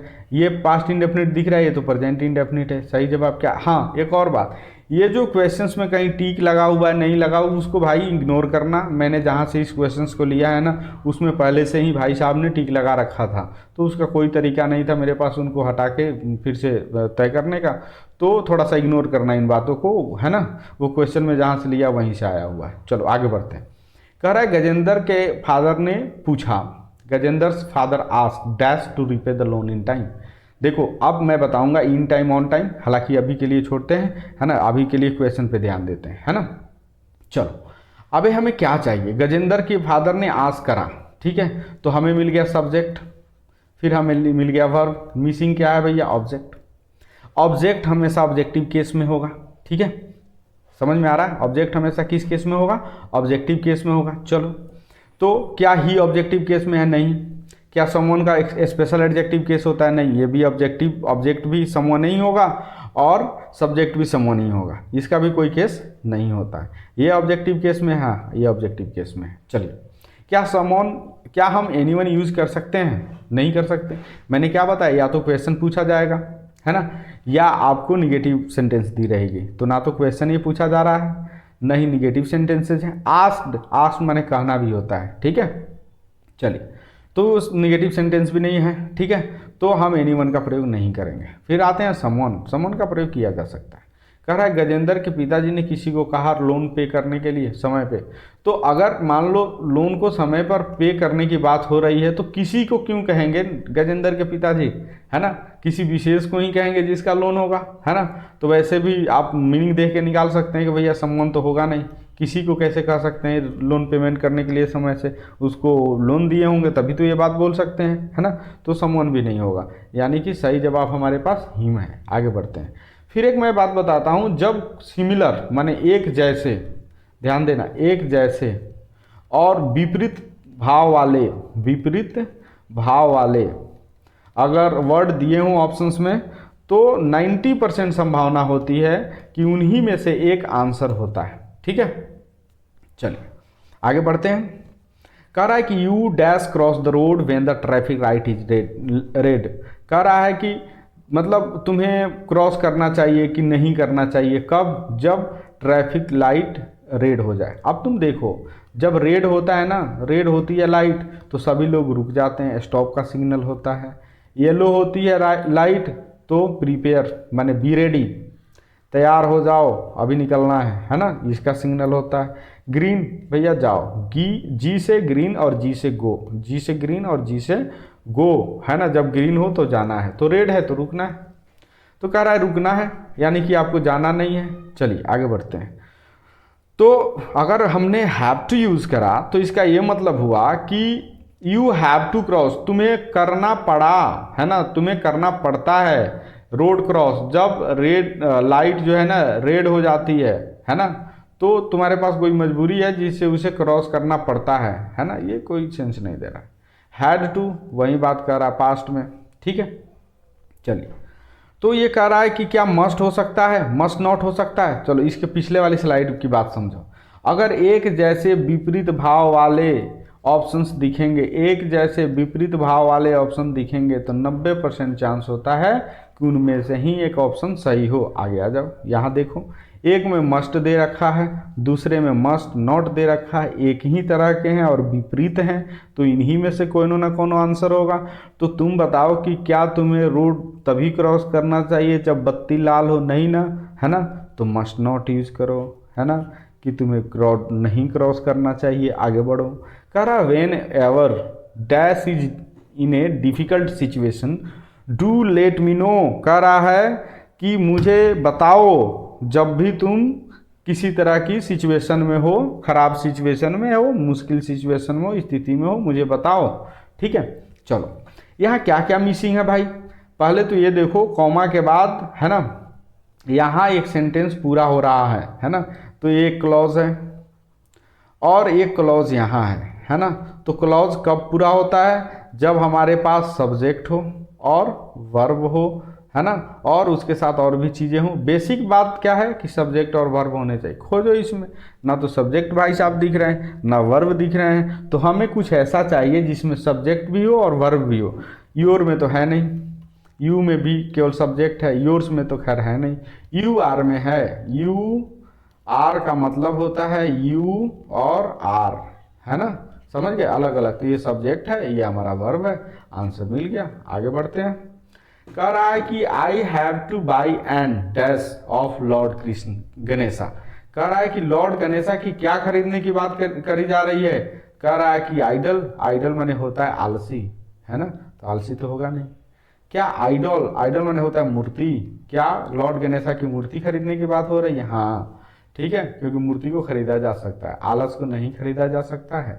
आइडियल माने होता है आदर्श, है ना, तो क्या आदर्श ऑफ माने गणेशा के जो आदर्श हैं उनको खरीदने की बात हो रही है? ये तो मोरल रूप से सही बात नहीं है कि तुम किसी के आदर्श को खरीद लो, किसी की ईमानदारी को खरीद लो, है ना, तो ये तो अच्छी बात हुई नहीं।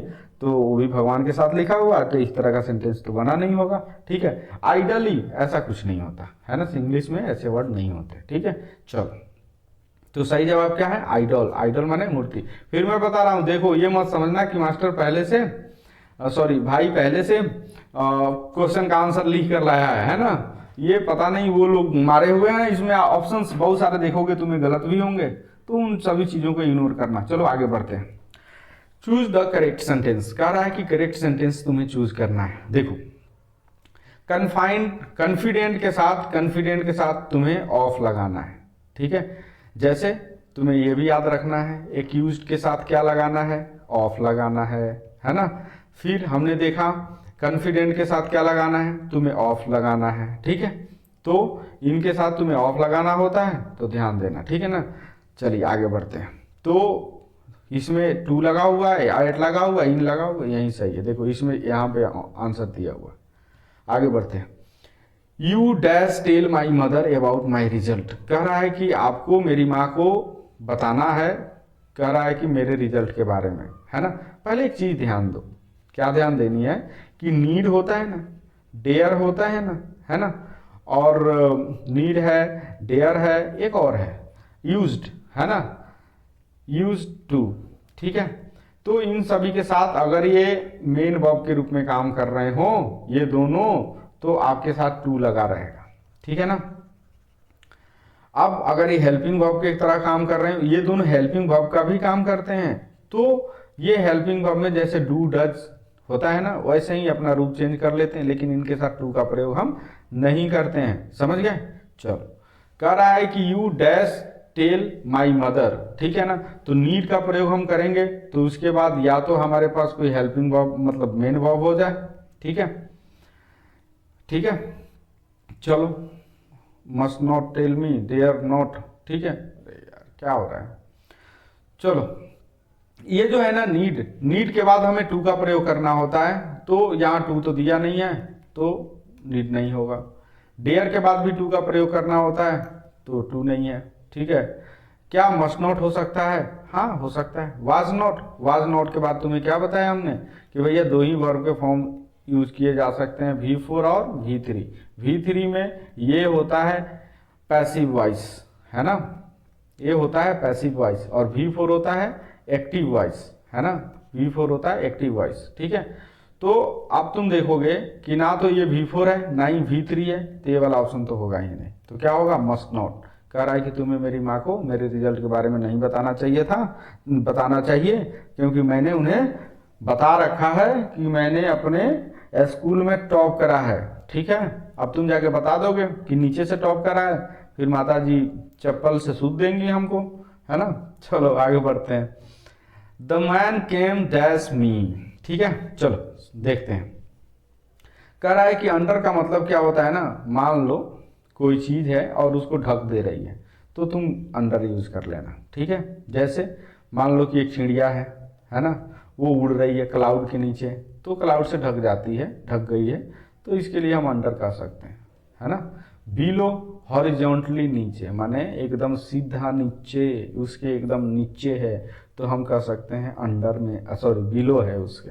चलिए, ओवर का मतलब, ओवर का मतलब ही कवर होता है, ओवर कवर, देखो तो, है ना, ओवर और कवर, तो ये भी ढका हुआ ही होता है। नीचे वाली चीज के लिए बात करोगे तो अंडर, और ऊपर वाली चीज के लिए बात करोगे तो ओवर। जैसे मान लो ये बॉल है और ये एक टेबल है ना, तो हम इसकी बात करेंगे, है ना, तो ये कह सकते हैं ball is under the table और table is over the ball, ये बात होती है। तो आप देखो तो क्या मैं वो आदमी जो भी आदमी था वो मेरे अंडर आ गया, है ना, नहीं। क्या मेरे ओवर आ गया, नहीं, ठीक है। तो ये दोनों नहीं हो सकते, खत्म।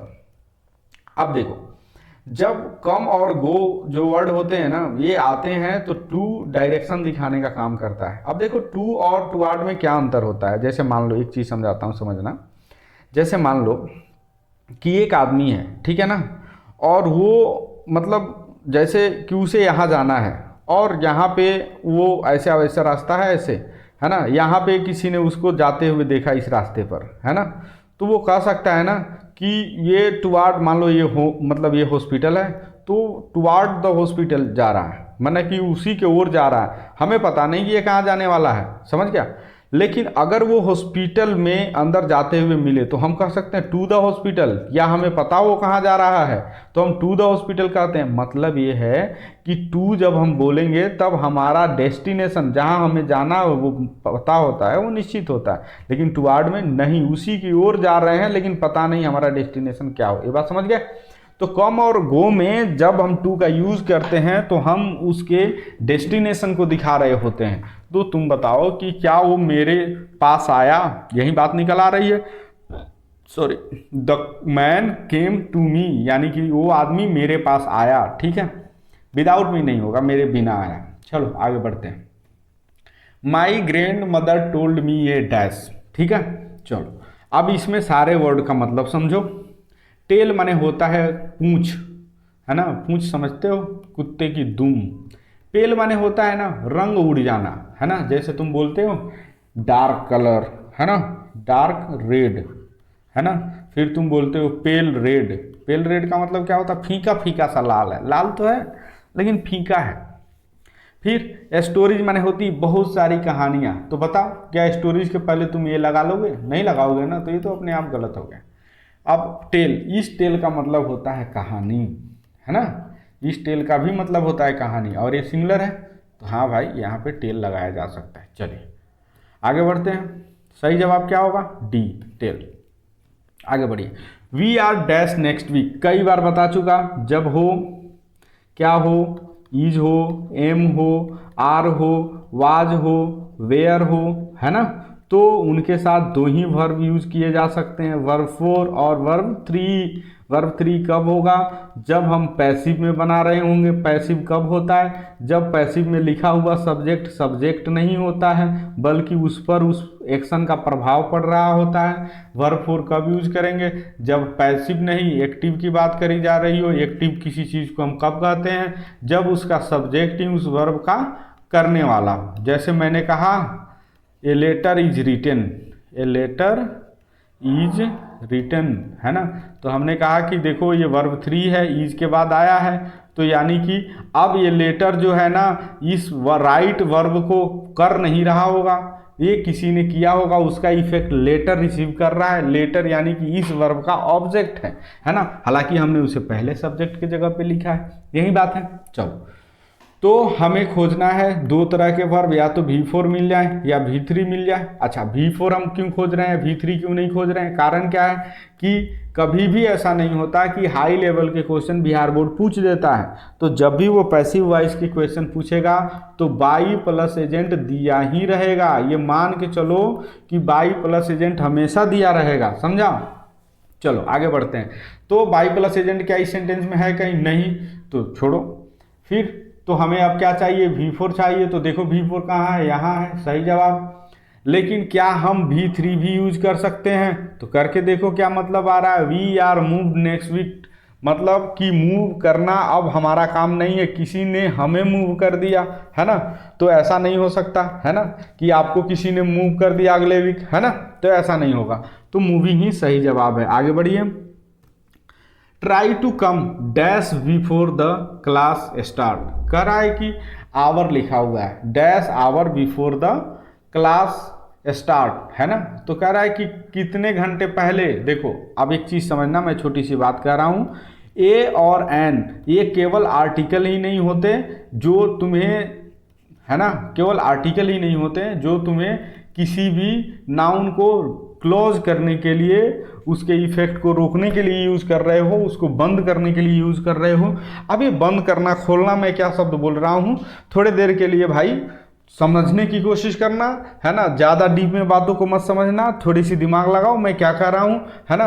और इतना डीप में हमें जाने की अभी ज़रूरत नहीं है। अगर तुम्हें जाना है तो मैंने पहले भी बताया, 0 to हीरो बैच शुरू कर रहे हैं हम लोग थोड़े ही दिनों में। जैसे आप लोगों की परीक्षा खत्म होगी उसके थोड़े ही दिनों बाद हम लोग 0 to हीरो बैच शुरू करेंगे। उसमें हम लोग बहुत डिटेल बातें करेंगे, एकदम स्क्रैच, एकदम जीरो लल्लू लेवल से लेकर के हम लोग बहुत बड़े लेवल या कह सकते हैं कॉम्पिटेटिव लेवल तक के ग्रामर को पढ़ेंगे। सारे प्रीवियस ईयर वगैरह जो भी क्वेश्चंस हो गए उनको तमीज़ से हम लोग एनालिसिस करेंगे, ठीक है। अब समझना, मैं ये कह रहा हूँ कि कोई भी नाउन जो होता है ना, नाउन, ठीक है, नाउन ओपन चीज़ है। जैसे मान लो एक बर्तन है वो खुली हुई है तो उसका प्रभाव चारों तरफ फैल रहा है ना। मान लो उसमें कुछ इत्र रखी हुई है तो उसकी खुशबू फैल रही है, ठीक वही होता है नाउन, इसका प्रभाव इधर उधर फैलने लगता है। तो डिटरमाइनर यूज करते हैं उसको रोकने के लिए, क्लोज करने के लिए, है ना, जैसे द, माई, ए, हीज, हर, ये सब डिटरमाइनर्स हैं, इनका यूज करके हम इन्हें रोकते हैं, है ना।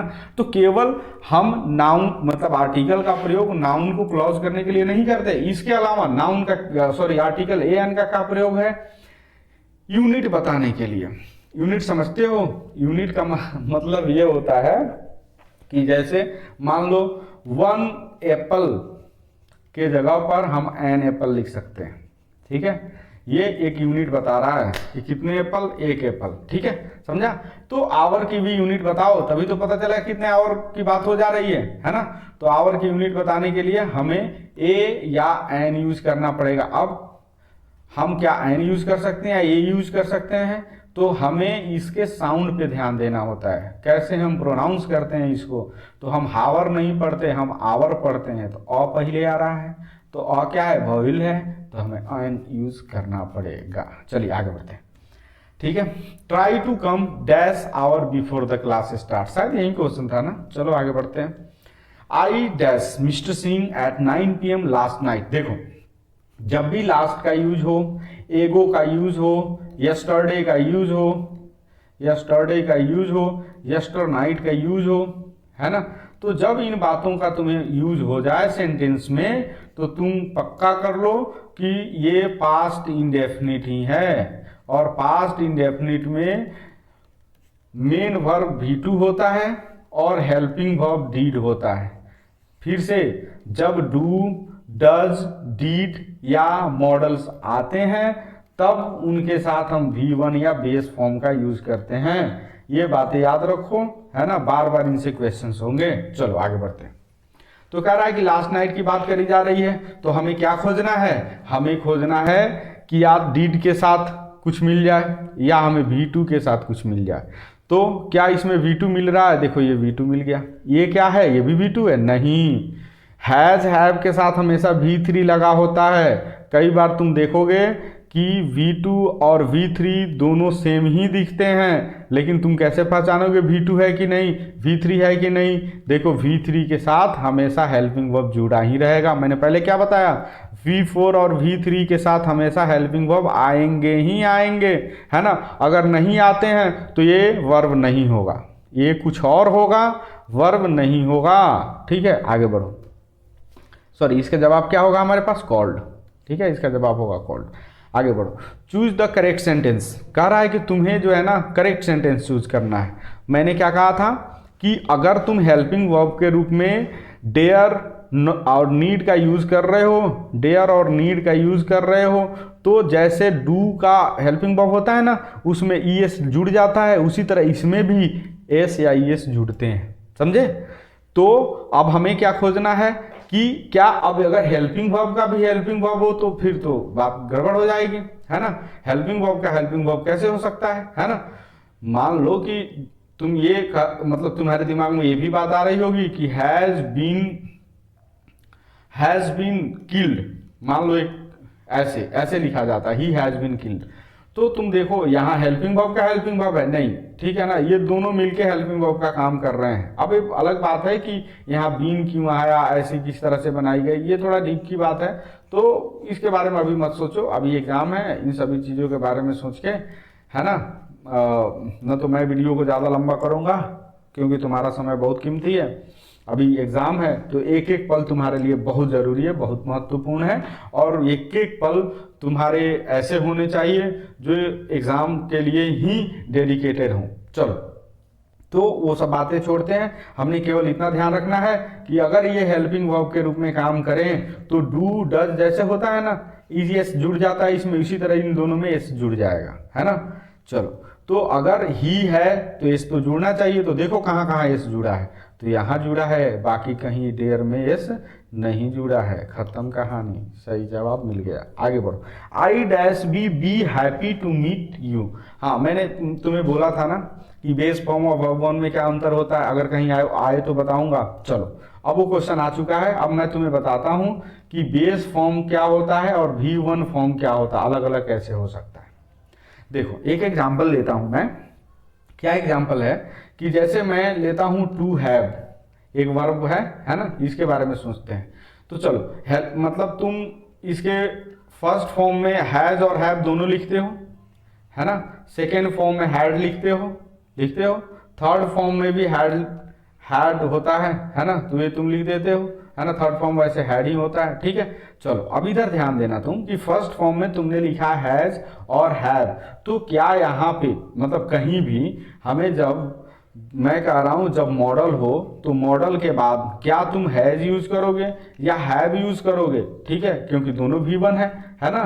तो अब हम जब V1 की बात करेंगे तो एक सिंगुलर है, एक प्लुरल है ना, तो हमें यहाँ बेस फॉर्म यूज करना पड़ता है, तो हम यहाँ हमेशा हैव यूज करेंगे। बेस फॉर्म क्या होता है, वही फॉर्म जो टू के साथ लिखा होता है, उसमें जो वर्ड लिखा है ना, ये है बेस फॉर्म, है ना, बेस फॉर्म, ठीक है। अब आगे चलो, एक और हम लेते हैं टू बी, शायद इससे और ज्यादा समझ में आ जाए।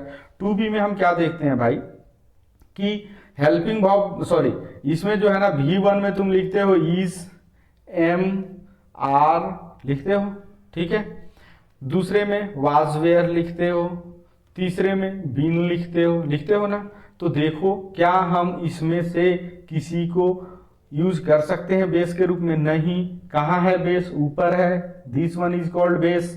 समझ रहे हो मैं क्या कह रहा हूं, जब तुम ग्रामर के नोट मतलब किताबें खोलते होगे तो उसमें लिखा होगा वर्ब टू बी, है ना। क्यों लिखा जाता है, क्योंकि ये जो है ना उसका ओरिजिनल नेम है, ठीक है, समझ रहे हो।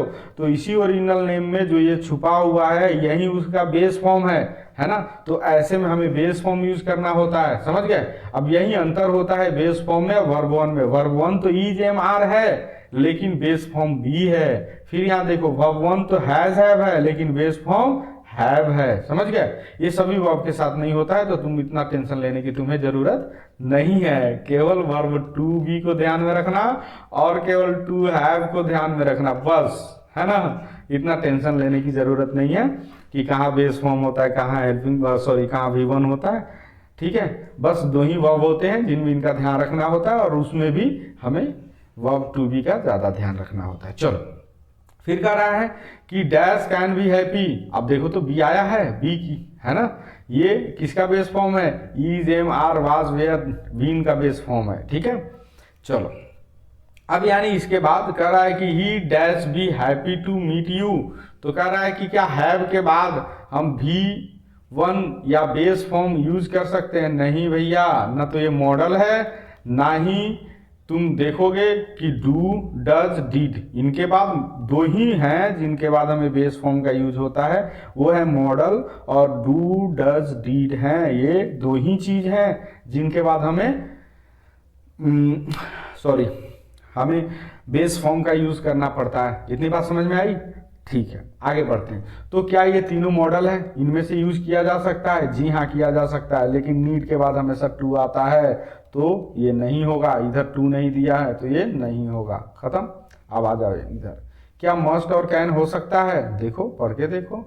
कैन का मतलब होता है, कैन का मतलब होता है क्षमता। क्षमता क्या होता है? किसी काम को करने की क्षमता। क्या मैं कहूं कि खुश होना क्षमता होता है किसी की?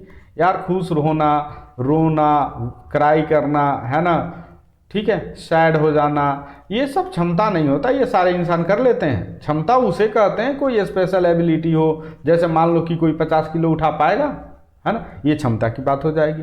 कोई एक बार में मछली को मार देगा, है ना, ये क्षमता की बात हो गई। क्या तुम शेर को पकड़ के लाप सकते हो? ये क्षमता की बात हो सकती है। क्या तुम बुलसाई हिट कर सकते हो? मतलब वो जो होता है ना ऐसे चरखा चक्र जैसे बीच में जो ऐसे होता है, वो लोग आर्चरी में ऐसे मारते हैं तीर और यहाँ जाके हिट कर जाता है बीच में एकदम से, तो हम उसको कहते हैं बुलसाई। ठीक है, तो तुम क्या ये कर सकते हो? तो ये क्षमता की बात हो गई। क्या तुम दौड़ सकते हो? ये क्षमता की बात हो सकती है। क्या तुम वॉक कर सकते हो? ये क्षमता की बात हो सकती है। क्या तुम तेज तेज बोल सकते हो? ये क्षमता की बात हो सकती है। क्या तुम खाना बना सकते हो? ये क्षमता की बात हो सकती है। क्या तुम हंस सकते हो? क्षमता की बात है? नहीं। ठीक है। क्या तुम रो सकते हो? सारे लोग करते हैं। क्या तुम क्या तुम सो सकते हो? ये सारे लोग करते हैं, है ना। तो तुम क्षमता की बात समझ गए। अब क्षमता क्या होता है? मुझे लगता है इतना काफी होता है, समझ गए होगा। चलो, तो क्या है, यहाँ खुश होना क्षमता की बात करी जा रही है? नहीं यार, सारे लोग खुश हो सकते हैं, है ना। तो मस्ट का यूज करो। I must be happy to meet you, है ना। ठीक है, आगे बढ़ो। The dash the bridge, they dash the bridge. अब कह रहा है कि ब्रिज वो और पुल, क्या संबंध है उन दोनों के बीच में? कह रहा है ब्लो आउट। ब्लो आउट माने बुझा देना। ठीक है, तो क्या इन्होंने पुल को बुझाया? बुझाना समझते हो? जैसे दिया जल रही है, तुमने बुझा दिया। आग जल रही है, बुझा दिया। पुल जल थोड़ी रहा है कि बुझा दिया है उसको। ठीक है, अच्छा, ब्लो अप का मतलब क्या होता है? ब्लो अप का मतलब होता है विस्फोट कर देना, है ना। तो किसी चीज का विस्फोट हो जाना, है ना। तो उसने क्या ब्रिज को उड़ा दिया, है ना। तो हो सकता है बम लगा के इसका विस्फोट कर दिया, उड़ा दिया वो क्या बोलते हैं, पुल को। ठीक है, हो सकता है ना। तो ब्लो आउट वाला ऑप्शन नहीं होगा। ये दोनों ऑप्शंस खत्म। हमारे पास क्या है? ब्लोन अप और ब्लीव अप। अब तुम देखो, फिर मैं क्या कह रहा हूँ, देखो, एक होता है ब्लो, वर्ब 1 है, फिर होता है ब्लीव, वर्ब 2 है, और फिर होता है ब्लॉन, है ना। ये वर्ब 3 है। समझो बात को मैं क्या कह रहा हूँ।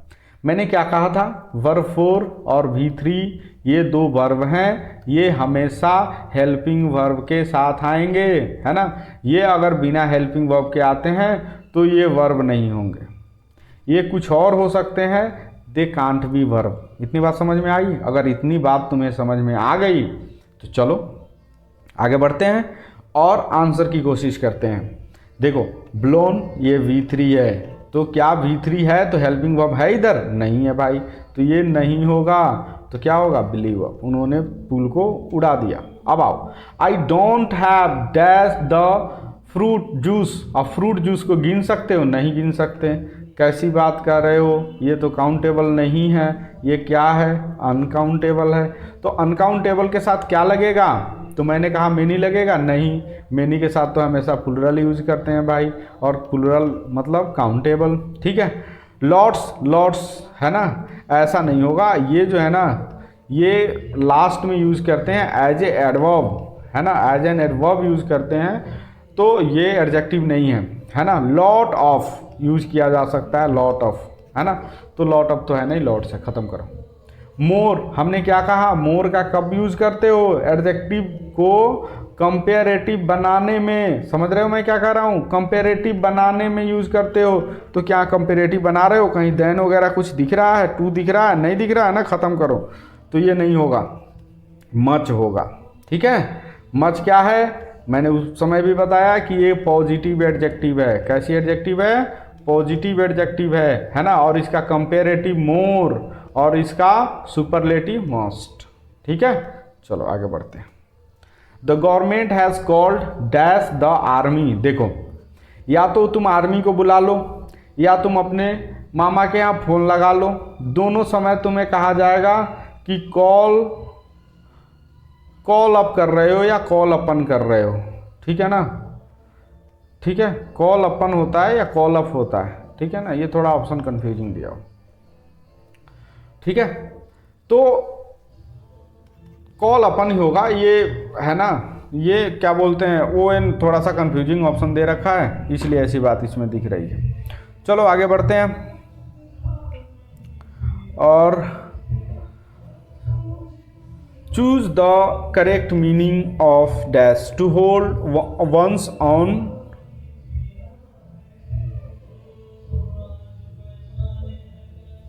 What the hell is this. अच्छा, ठीक है, okay. To hold once tongue, tongue माने होता है जीभ और होल्ड माने होता है पकड़ना। अब कह रहा है कि तुम अपनी जीभ को पकड़ लो, माने क्या हो जाओ भैया, शांत हो जाओ, बातचीत मत करो। ठीक है, इंटरफेयर माने क्या होता है ना, किसी भी काम में तुम दखल अंदाजी कर रहे हो, you are interfering. Insult someone, किसी की बेइज्जती कर रहे हो। सपोर्ट, किसी की मदद कर रहे हो। फिर कह रहा है कि choose the odd one out, कि इसमें से कौन अलग है। तो कह रहा है शर्ट, ये भी कपड़ा ही है, स्कर्ट, ये भी कपड़ा ही है, फ्रॉक, ये भी कपड़ा ही है, क्लॉथ, ये कपड़ा ही है। कपड़ा मतलब समझो, क्लॉथ जो होता है ना, ठीक है, इसके दो प्लूरल होते हैं, क्लॉथ्स और क्लॉथ्स। ठीक है, तो ये जो क्लॉथ्स है ना, जैसे मान लो वो वाली कपड़े की बात हो रही है जो अभी किसी भी तरह का अपैरल नहीं बना है, माने पहनने लायक नहीं बना है, वो है क्लॉथ, है ना। अच्छा, ये क्लॉथ्स क्या है, ये है जो पहनने लायक बन चुका, उनको क्लॉथ्स बोलेंगे। ठीक है, समझा। और ये है पहनने लायक नहीं बना है, अभी कपड़ा ही है, उसको काट के बनाना पड़ेगा पहनने लायक। तो ये पहनने लायक है, डायरेक्ट पहन सकते हो इनको। इस क्लॉथ को पहन सकते हो, नहीं पहन सकते। यही आंसर है। आगे, आई हैव फ्रेंड्स, है ना, dash love me a lot. अच्छा, एक बात बताओ, मैं अगर कहूं कि इसको छोड़ो थोड़ी देर के लिए, इसको तुम थोड़ी देर के लिए भूल जाओ कि ये क्या लिखा है, यहां देख के बताओ कि तुम्हें किस चीज की जरूरत है, सब्जेक्ट की, वर्ब की या ऑब्जेक्ट की। तो तुम देखोगे कि वर्ब और ऑब्जेक्ट यहीं दिया है। किसकी जरूरत है, सब्जेक्ट की। तो देखो, हु सब्जेक्ट होता है, हुम ऑब्जेक्ट होता है, ध्यान रखना इस बात का। ठीक है, फिर आगे देखो, हुज जो होता है एडजेक्टिव होता है ना, यानी इसके बाद नाउन आएगा ही आएगा। हुज के बाद नाउन आएगा ही आएगा। ठीक है, जैसे हुज सन, किसका बेटा, हुज गोट, किसकी बकरी। समझ गए। चलो, तो फिर विच क्या होता है भाई, विच जो होता है ना, विच, ठीक है, जब तुम रिलेटिव प्रोनाउन यूज पढ़े होगे तो तुम्हें पता है कि रिलेटिव प्रोनाउन में विच, डैट, है ना, हु, हुम, इनका प्रयोग हम करते हैं एंटीसीडेंट के बदले में, है ना, यही रिलेटिव प्रोनाउन है। तो विच का प्रयोग हम किसके लिए करते हैं, नॉन लिविंग के लिए, है ना, निर्जीव चीजों के लिए, डैट दोनों के लिए, हु सजीव के लिए, खासकर बड़े जीव इंसानों के लिए, हुम बड़े जीव इंसानों के लिए। समझा। तो चलो, तो क्या यहाँ पे फ्रेंड्स के लिए हम यूज जो कर रहे हैं, तो क्या फ्रेंड्स निर्जीव चीज है, नहीं। ठीक है, पहले तो ये समझो कि हमें सब्जेक्ट चाहिए था ना, सब्जेक्ट खोज लो, तो हुम तो होगा ही नहीं और हुज तो होगा ही नहीं, खत्म। इतनी लॉजिक से ये दोनों ऑप्शंस गए काम से, क्योंकि ये तो ऑब्जेक्ट है और ये एडजेक्टिव है, और ये एडजेक्टिव कैसे सब्जेक्ट बन सकता है बिना नाउन के, नाउन तो उधर दिया ही नहीं है ना, तो ये खत्म हो गया। आगे बढ़ो, हु और विच हमारे पास है, तो किसके लिए हम यूज कर रहे हैं, क्या फ्रेंड के लिए यूज कर रहे हैं, हाँ, ये फ्रेंड हमारा एंटीसीडेंट है, फ्रेंड के लिए ही हम हु और विच यूज कर रहे हैं। तो तुम एक बात बताओ कि क्या हु और विच में कोई अंतर है। जी हाँ, अंतर है। हु जो है ना इंसानों के लिए यूज होता है, आदमियों के लिए या बड़े जानवरों के लिए, है ना, खासकर इंसानों के लिए यूज होता है, और विच छोटे जानवरों या निर्जीव पदार्थों के लिए यूज होता है। तो फ्रेंड इंसानी होंगे, है ना, मेरे फ्रेंड तो इंसानी होंगे, तो हु का यूज करो, है ना। बाकी जिनके फ्रेंड, है ना, कीड़े मकोड़े हैं, वो विच का यूज कर सकते हैं, बाकी बोर्ड से नंबर नहीं मिलेगा। आगे, choose the correct synonym of catch. Catch में कह रहा है कि इसका करेक्ट सिनोनिम बताइए क्या होगा, है ना। तो कैच माने होता है पकड़ना। अच्छा, सिनोनिम क्या होता है? सिनोनिम होता है कि समानार्थी शब्द बनाओ। समानार्थी पढ़ते हो, है ना। हमने पढ़ा था जलज माने जो जल से पैदा होता है, जलद जो जल देता है, हाँ ये ऐसे ही। तो ये हो गया था जलद क्या होता है, ये तो तुम्हें कमल था जो जल में पैदा हुआ था, और ये था बादल जो जल देता है। दो माने देना, जो माने जन्म लेना, बदल। तो उसी तरह समानार्थी शब्द होता है। चलिए, तो इसमें पकड़ना क्या होता है? रिलीज माने छोड़ देना, नहीं होगा, ये तो एंटोनिम हो गया। मिस, मिस माने छोड़ देना। स्कॉल्ड माने डांट देना। तो ग्रैब, ग्रैब माने पकड़ना, यही सही जवाब। आगे बढ़ो। एंटोनिम अराइवल, एंटो माने विपरीतार्थक शब्द, आग का पानी, जीवन का मौत, है ना। तो अराइवल माने होता है पहुंचना, ठीक है। तो पहुंचना का प्लुरल क्या होगा? निकलना, तभी तो पहुंचिएगा, ठीक है। तो इंट्रेंस, इंट्रेंस का मतलब भी मतलब पहुंचना होता है। इंटर माने भी घुसना होता है। अपीयरेंस माने प्रकट होना, ये नहीं होगा। डिपार्चर माने अलग होना या निकलना। चलिए आगे बढ़ते हैं। Choose the correctly spelled word property, है ना, प्रॉपर्टी, ठीक है। तो प्रोपर, प्रोपर हमें सीखना है। प्रोपर देखो तो कहाँ होगा प्रोपर? तो यहाँ प्रोपार है, यहाँ प्रियुपर है ना, प्रियुपार है ना। तो ये सब खत्म है, सही जवाब हमें होगा। ये बहुत आसान होता है। आगे बढ़ो। There is no dash rule about good and good food. कह रहा है कि किस बारे में बात करी जा रही है? कह रहा है कि कोई भी हार्ड एंड फास्ट रूल नहीं है, माने कोई भी एकदम से मैंडेटरी नियम नहीं है अच्छे भोजन के लिए, है ना। कि कौन सा भोजन अच्छा होता है, इसके लिए कोई मैंडेटरी नियम नहीं है। किसी के शरीर के लिए कोई भोजन अच्छा होता है, किसी शरीर के लिए कोई भोजन अच्छा होता है ना। ठीक है, आगे बढ़ते हैं, आगे बढ़ो। I have waited for dash, फिर वही क्वेश्चन घूम के आ गया। जब भैया आवर है तो तुम द तो यूज करोगे नहीं, नो आर्टिकल होगा नहीं। ए और एन, हमें क्या खोजना? यूनिट, जो इसकी यूनिट बता पाए। अभी तो यूनिट भी तय नहीं है, कितने घंटे, 1 घंटे, तो एन लगाओ, आवर बोलते हैं। फिर बेबी इज स्टिल क्राइंग, है ना। फिर मैंने क्या बताया था, यहाँ पे जो नाउन होगा वही यहाँ सब्जेक्ट बनेगा, लेकिन ध्यान रखना नाउन प्रोनाउन में चेंज हो जाएगा। तो बेबी के लिए कौन सा प्रोनाउन यूज कर सकते हो? भैया देखो, इसके लिए ही और सी दोनों यूज किया जा सकता है, तो उसमें से दोनों में से कोई भी हो तो सही होगा। तो ही, ठीक है, सही है। यहाँ जो हेल्पिंग वर्ब होता है वही हम यूज करते हैं। तो हेल्पिंग वर्ब क्या है? ईज। तो खोजो ईज, कहाँ है ईज? यहाँ ईज है, यहाँ नहीं है, यहाँ ईज है, यहाँ ईज है, ठीक है। हमने क्या बताया था? ईज, है ना। ईज के बाद अगर ये पॉजिटिव सेंटेंस है तो टैग निगेटिव लगेगा, निगेटिव सेंटेंस हो तो टैग पॉजिटिव लगेगा।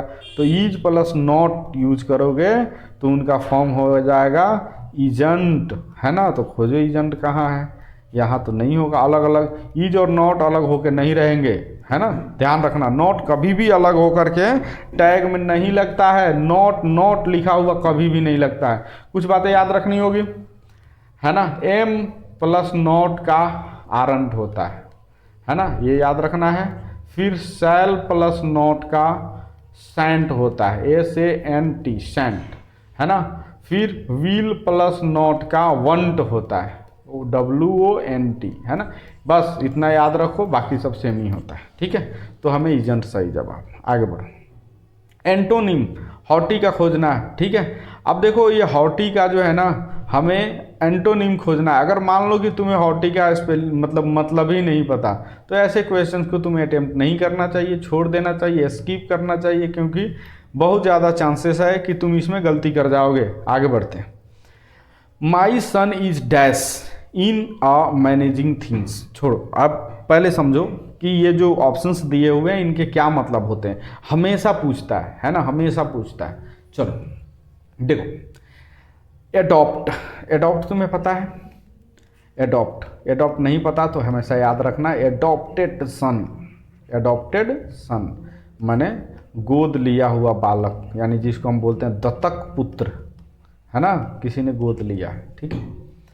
अब बचा हमारे पास एडेप्ट और एडेप्ट। एडेप्ट का मतलब होता है ना बहुत ही कुशल। ऊ देख रहे हो, ऊ ए देख रहे हो, दोनों ऊ की तरह दिख रहा है। कुशल में ई है, ऐसे देख रहे हो, ई यहाँ भी है, वही उठ के कुशल में लगा है। तो कुशल, एडेप्ट माने होता है कुशल, है ना। और दूसरा होता है एडेप्ट। एडेप्ट ये वर्ब होता है, ये वर्ब होता है। इसका मतलब होता है अनुकूलित होना किसी चीज़ के लिए। जैसे को मान लो कि लोग रेगिस्तान में रहते हैं, वहाँ वो लोग उसके लिए एडेप्ट हैं, है ना।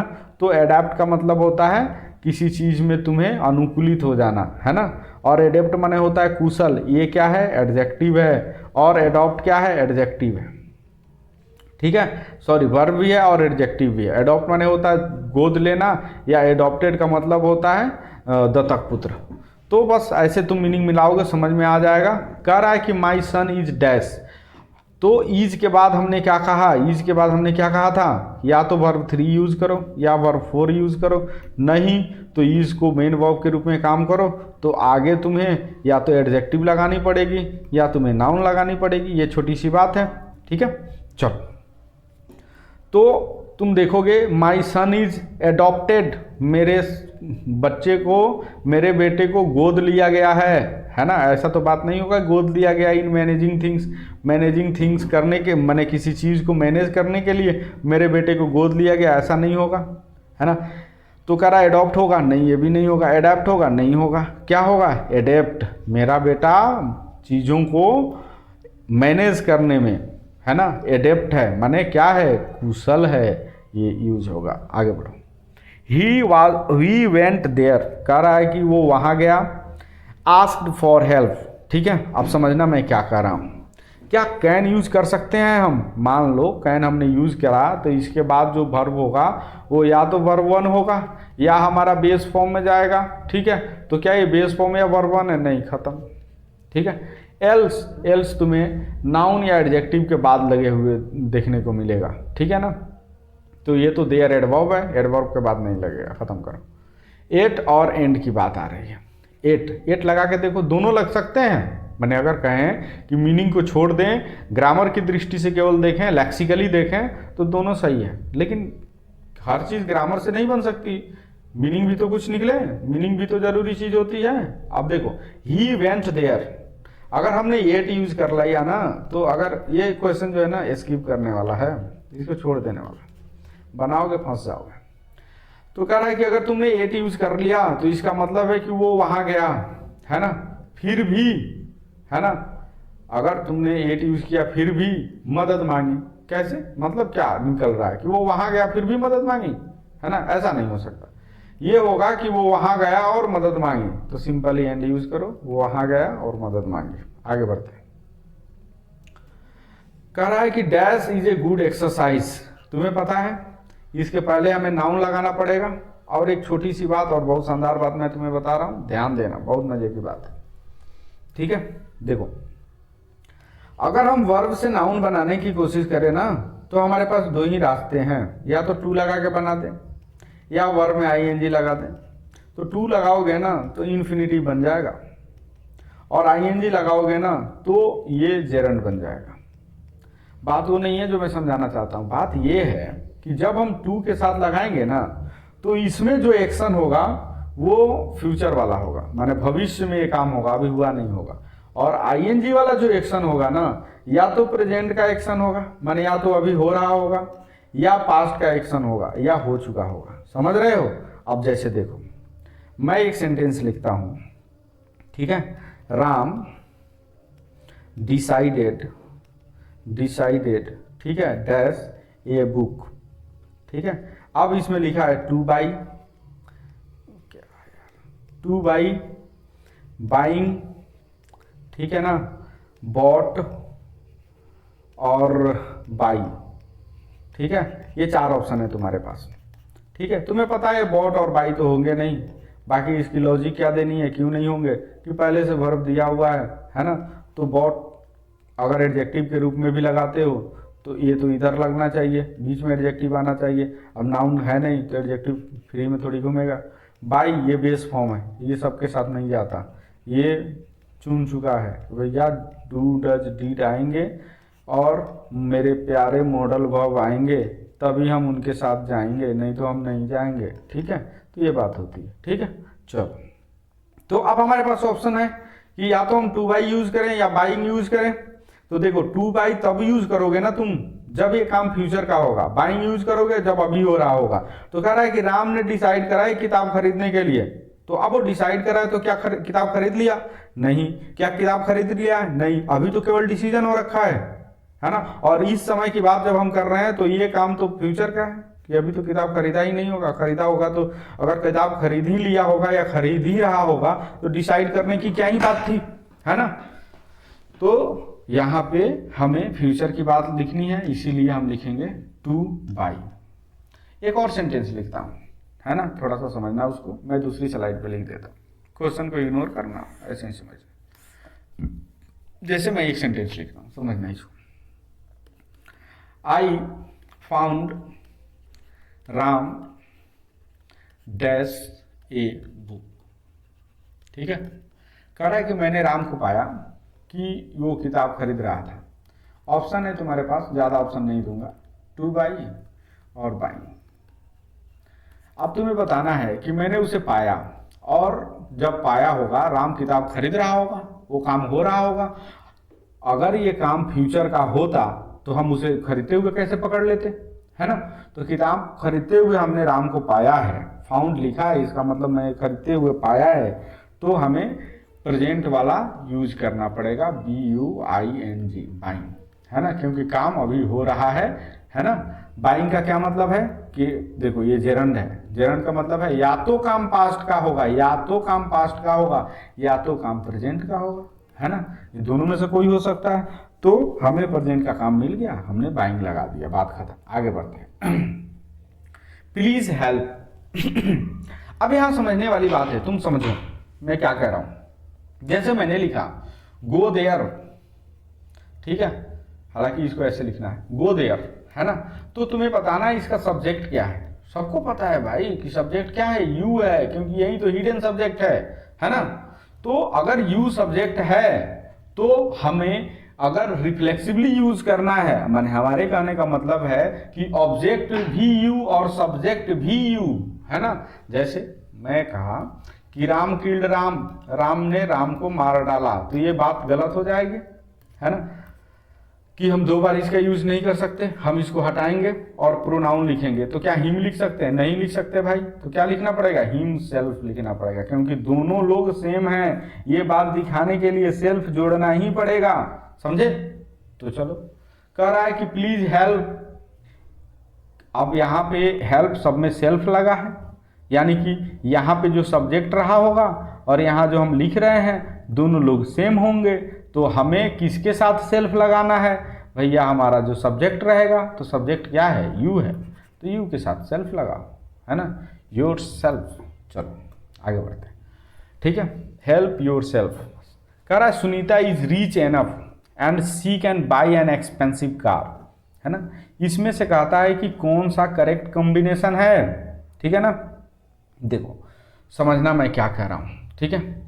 जब भी एनफ का यूज करो ना, एनफ का यूज करो ना, ठीक है, तो एनफ के बाद नाउन लिखो, ठीक है, और एडजेक्टिव के बाद एनफ लिखो। समझ में आ रहा है मैं क्या कर रहा हूँ? देखो एनफ के बाद नाउन आएगा, या ऐसे कह सकते हैं नाउन के पहले एनफ और एडजेक्टिव के बाद एनफ, नाउन के पहले एनफ और एडजेक्टिव के बाद एनफ, ठीक है। चलो, तो रीच क्या है? एडजेक्टिव है भैया, है ना। तो क्या होगा? आएगा पहले, देखो, ठीक है। अब बाकी तो ये तो खैर, क्योंकि an expensive car can be bought by Sunita, तो इसमें रीच एनफ वाली बात ही नहीं है, तो कॉम्बिनेशन बनेगा नहीं।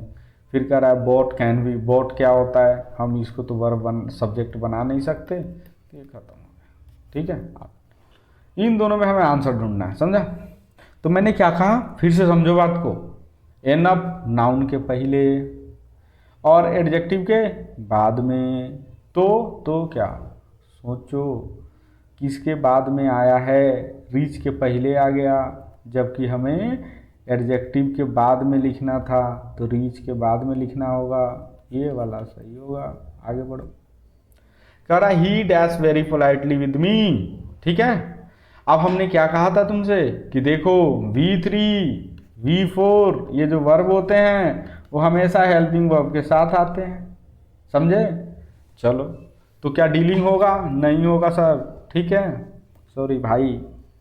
चलो, तो क्या डेल्ट हो सकता है? ये V2 भी है और V3 भी है, तो V2 के नाते हो सकता है। और क्या डील हो सकता है? डील समझो, गो और गोज में क्या अंतर है? दोनों V1 है, लेकिन ये प्लूरल है और एस लग जाने से सिंगुलर है। उल्टा होता है नाउन वाला। जो नाउन का खेल है ना, जैसे बॉय में एस जोड़ो बॉयज बन गया, उल्टा कर दो। गो में एस जोड़ो सिंगुलर बन गया। उल्टा होता है नाउन का। ठीक है, चलो, तो अगर ये सिंगुलर है तो हमें एस और ईएस वाला खोजना है ना। तो एस और ईएस वाला कहीं दिख रहा है तुम्हें? हमें तो नहीं दिख रहा, नहीं दिख रहा। तो अगर नहीं दिख रहा है तो भैया क्या होगा बताओ? तो ये डिलीट होगा। क्यों होगा? क्योंकि V3 भी और V2 है, तो V2 होने के नाते ये यहाँ यूज हो सकता है। अब चलो, अब एक बात बताओ कि हमने टू डील क्यों नहीं यूज किया? क्योंकि टू डील तब यूज करेंगे, ये क्या है? अब इसके लिए ना एक छोटी सी कहानी बनानी पड़ेगी, है ना। एक काम करो, बहुत देर हो गया पढ़ाते हुए, हम एक काम करते हैं, बहुत लेट हो गया कि कल की क्लास जो शुरू होगी हम एक नई चीज़ से शुरू करते हैं, फाइनाइट और नॉन फाइनाइट वर्ब से। ठीक है, थोड़ा सा इस पे चर्चा करेंगे ताकि इस बात को भी तुम समझ पाओ, है ना। और तुम्हें ये क्वेश्चन भी दिखाएंगे कि ये कैसे बनता है। ठीक है ना, ये टू डील क्यों नहीं यूज़ करेंगे फिलहाल के लिए। चलो आगे बढ़ते हैं। फिर कह रहा देयर इज समथिंग वंडरफुल। ये जो है ना कंफ्यूजिंग क्वेश्चन है, समझा। इसके जो है ना मल्टीपल आंसर सही है, इसको छोड़ो, ये मल्टीपल आंसर है। कुछ पता नहीं, भांग वांग पी के कुछ लोग क्वेश्चंस बना देते हैं। आगे बढ़ो। Choose the correct sentence. हमें करेक्ट सेंटेंस खोजना है, ठीक है ना। तो कह रहा है कि पहले ये समझो कि जैसे वॉक होता है और स्लीप होता है, इनको हम वर्ब के तरह भी यूज कर सकते हैं और नाउन के तरह भी, है ना। अगर ये वॉक, ये स्लीप, ये बात, है ना, यूज करें टेक ए बात, है ना, गो फॉर ए स्लीप, है ना, गो फॉर ए वॉक, है ना, तो नाउन की तरह भी काम कर रहे हैं। समझ गए इतनी बात? चलो, लेकिन नाउन की तरह काम करेंगे तो पहले ये लगा रहेगा, ठीक है। तो देखो तो स्लीप ए, लेकिन एडजेक्टिव, कैसे एडजेक्टिव यूज होता है? पहले तो हमें आर्टिकल यूज करेंगे, है ना। पहले क्या यूज करना पड़ता है? आर्टिकल। देन क्या यूज करना पड़ता है? एडजेक्टिव। देन क्या यूज करना पड़ता है? नाउन। ठीक है, ऐसे यूज होता है, ठीक है। या पहले होता है आर्टिकल, फिर होता है एडवर्ब, फिर होता है एडजेक्टिव और फिर होता है नाउन। ऐसे यूज करना पड़ता है। ये तरीके होते हैं उसको करने के, है ना। तो तुम देखो तो क्या एडजेक्टिव ऐसे भागता हुआ घूमेगा क्या कि ये बीच में आ जाएगा? बीच में आ जाएगा, गलत है। I need to sleep well, इसको छोड़ो फिलहाल के लिए।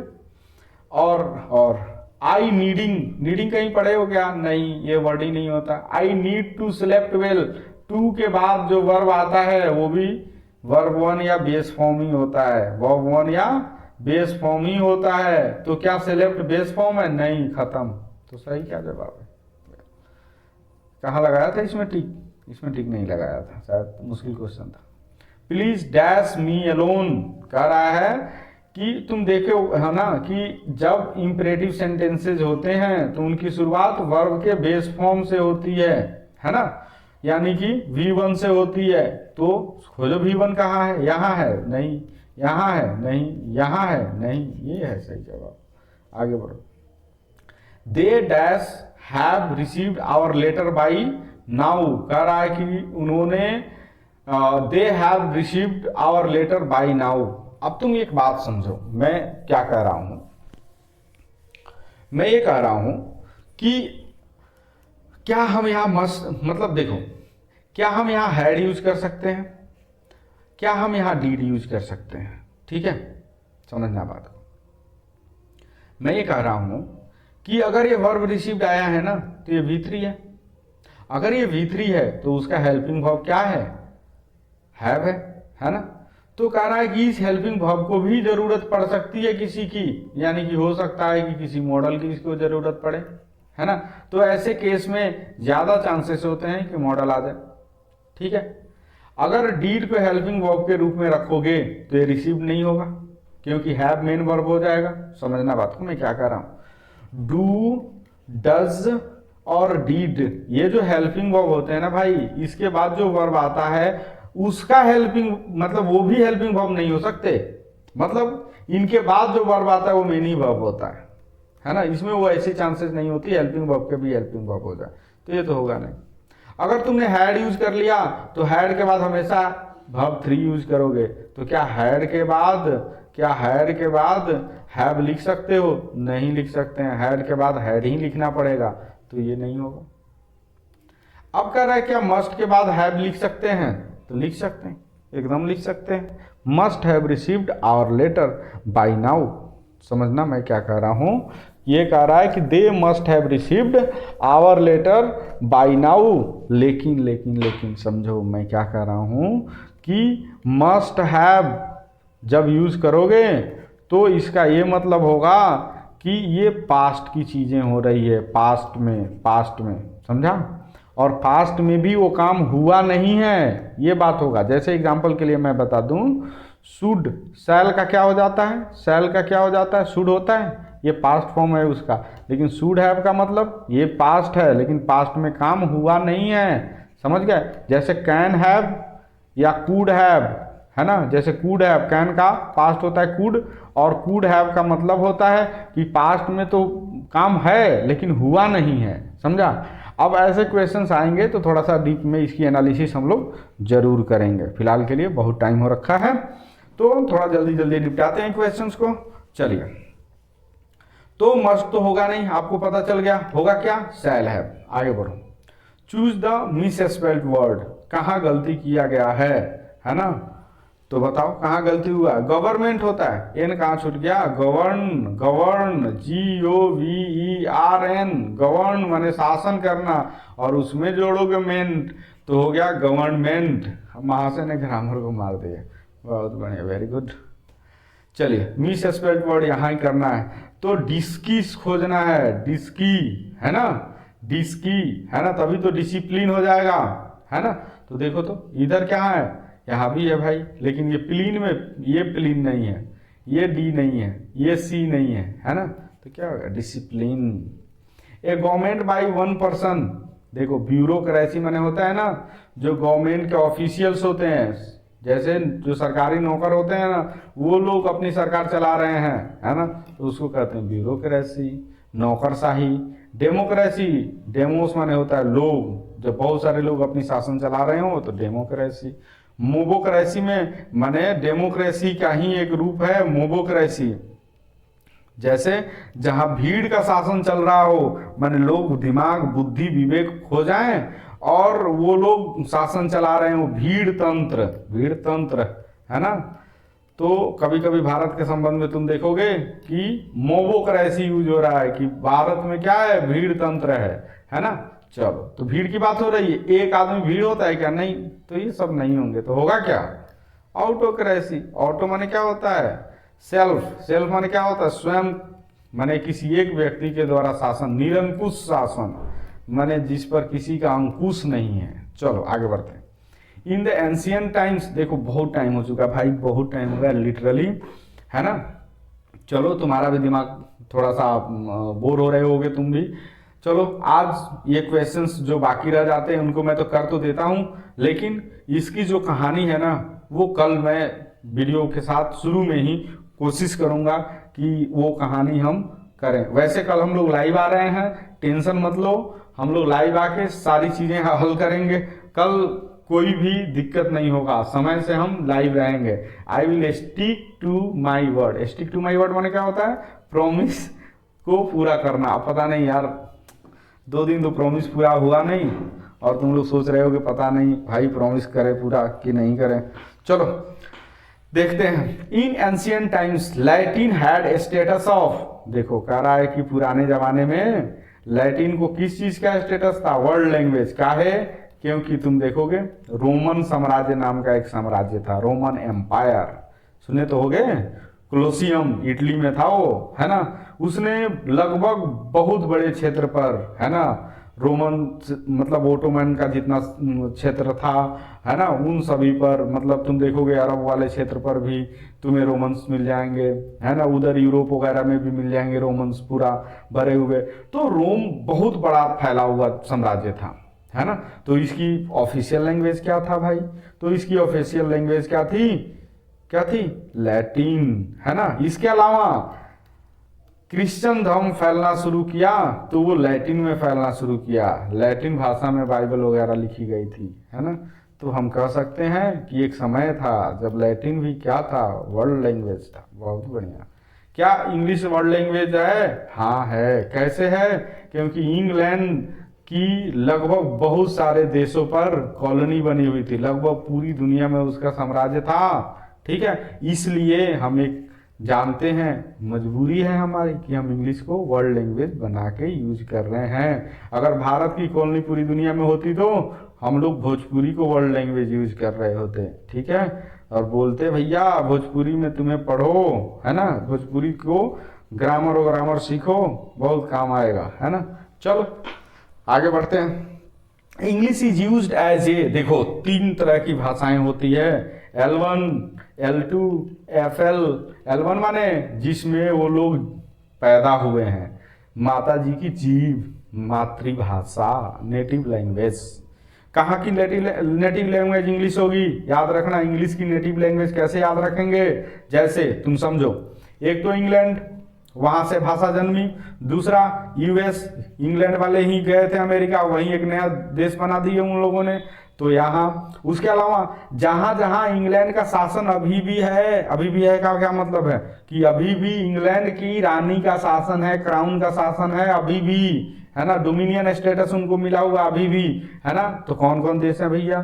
तो है ऑस्ट्रेलिया, ठीक है, देन और कौन देश है? कनाडा, ठीक है, यहाँ पे है। फिर अब एक और देश है साउथ अफ्रीका, क्यों? क्योंकि यहाँ पे सोना मिला, गोल्ड मिला ना, तो बाप रे बहुत सारे यूरोपियन लोग, है ना, खास करके ब्रिटिश लोग यहाँ घुस गए, यहाँ के लोगों की जनसंख्या कम हो गई, यहाँ पे आने वाले ब्रिटिशर्स की संख्या ज़्यादा हो गई, इसीलिए यहाँ की भी नेटिव लैंग्वेज क्या है? इंग्लिश। खत्म। अब L2 क्या होता है भैया? L2 होता है कि मान लो कि ये तो उनमें जन्मे थे इसीलिए उनका लैंग्वेज 1। अब लैंग्वेज 2 क्या होता है? मान लो कि हम ऑफिशियली यूज कर रहे हैं, लिखने पढ़ने के लिए, स्टडी या एजुकेशन पर्पज के लिए यूज कर रहे हैं, है ना, तो वैसी भाषा को हम L2 कहते हैं। तो भारत में देखो इंग्लिश को हम कैसे यूज करते हैं? ऑफिशियल लैंग्वेज के रूप में, पढ़ने लिखने की भाषा के रूप में। तो ये भाषा है हमारी सेकंड लैंग्वेज, है ना। तो FL क्या होती है भैया? FL होती है ना कि मान लो कि वहाँ की सरकार ने तुम्हें भाव ही नहीं दिया, जाओ।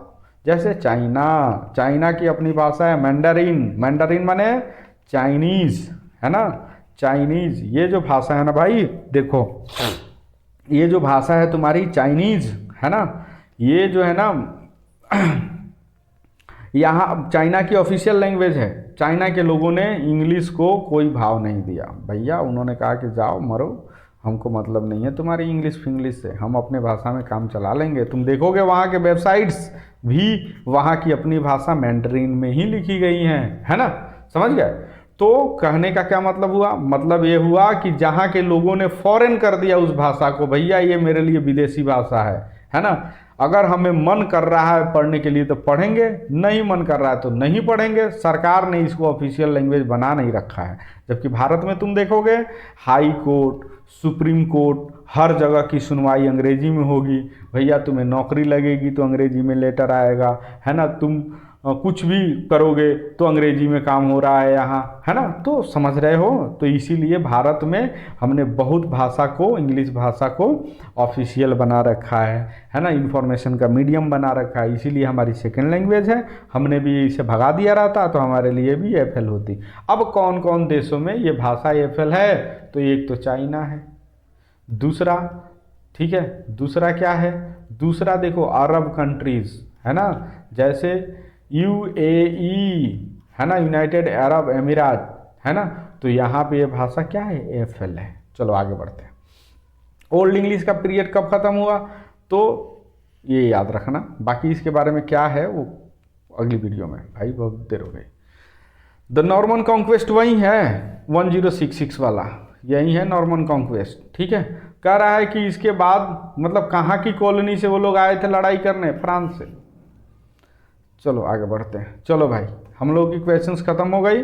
कल की हमारी वीडियो शुरू होगी फाइनाइट वर्ब से, साथ में स्टोरी ऑफ इंग्लिश को कवर करेंगे, है ना। फिर इन कंसेप्ट जो आपने सीखी उसको आप अगर नोट बनाना चाहो तो उम्मीद है कि कुछ कुछ बातों की नोट बना लो, नहीं तो मैं गुरुजी के पास नोट है ना, वो आप उनसे ले सकते हैं ना, ठीक है। चलिए इसी बात पे क्लास को ख़त्म करते हैं। Thank you. और कल हम लोग लाइव आते हैं, फिर वही टाइम रहेगी 7 PM, और डेफिनेटली कल तो लाइव हम लोग आएंगे ही, है ना। और जो आपको डाउट्स होंगे उनको आप कमेंट में लिखिए, और चैनल पे टेलीग्राम का लिंक दिया हुआ है, उनको आप ज्वाइन करें। बाकी अगर किसी भी बात की असुविधा हुई हो तो प्लीज़ अपना भाई समझ के हमें माफ़ करें, है ना। आगे से आपको असुविधा या किसी भी तरह की परेशानी हमारे तरफ से तो नहीं होगी। Thank you and best of luck आपके एग्ज़ाम के लिए। तैयारी करते रहें, बी एनर्जेटिक।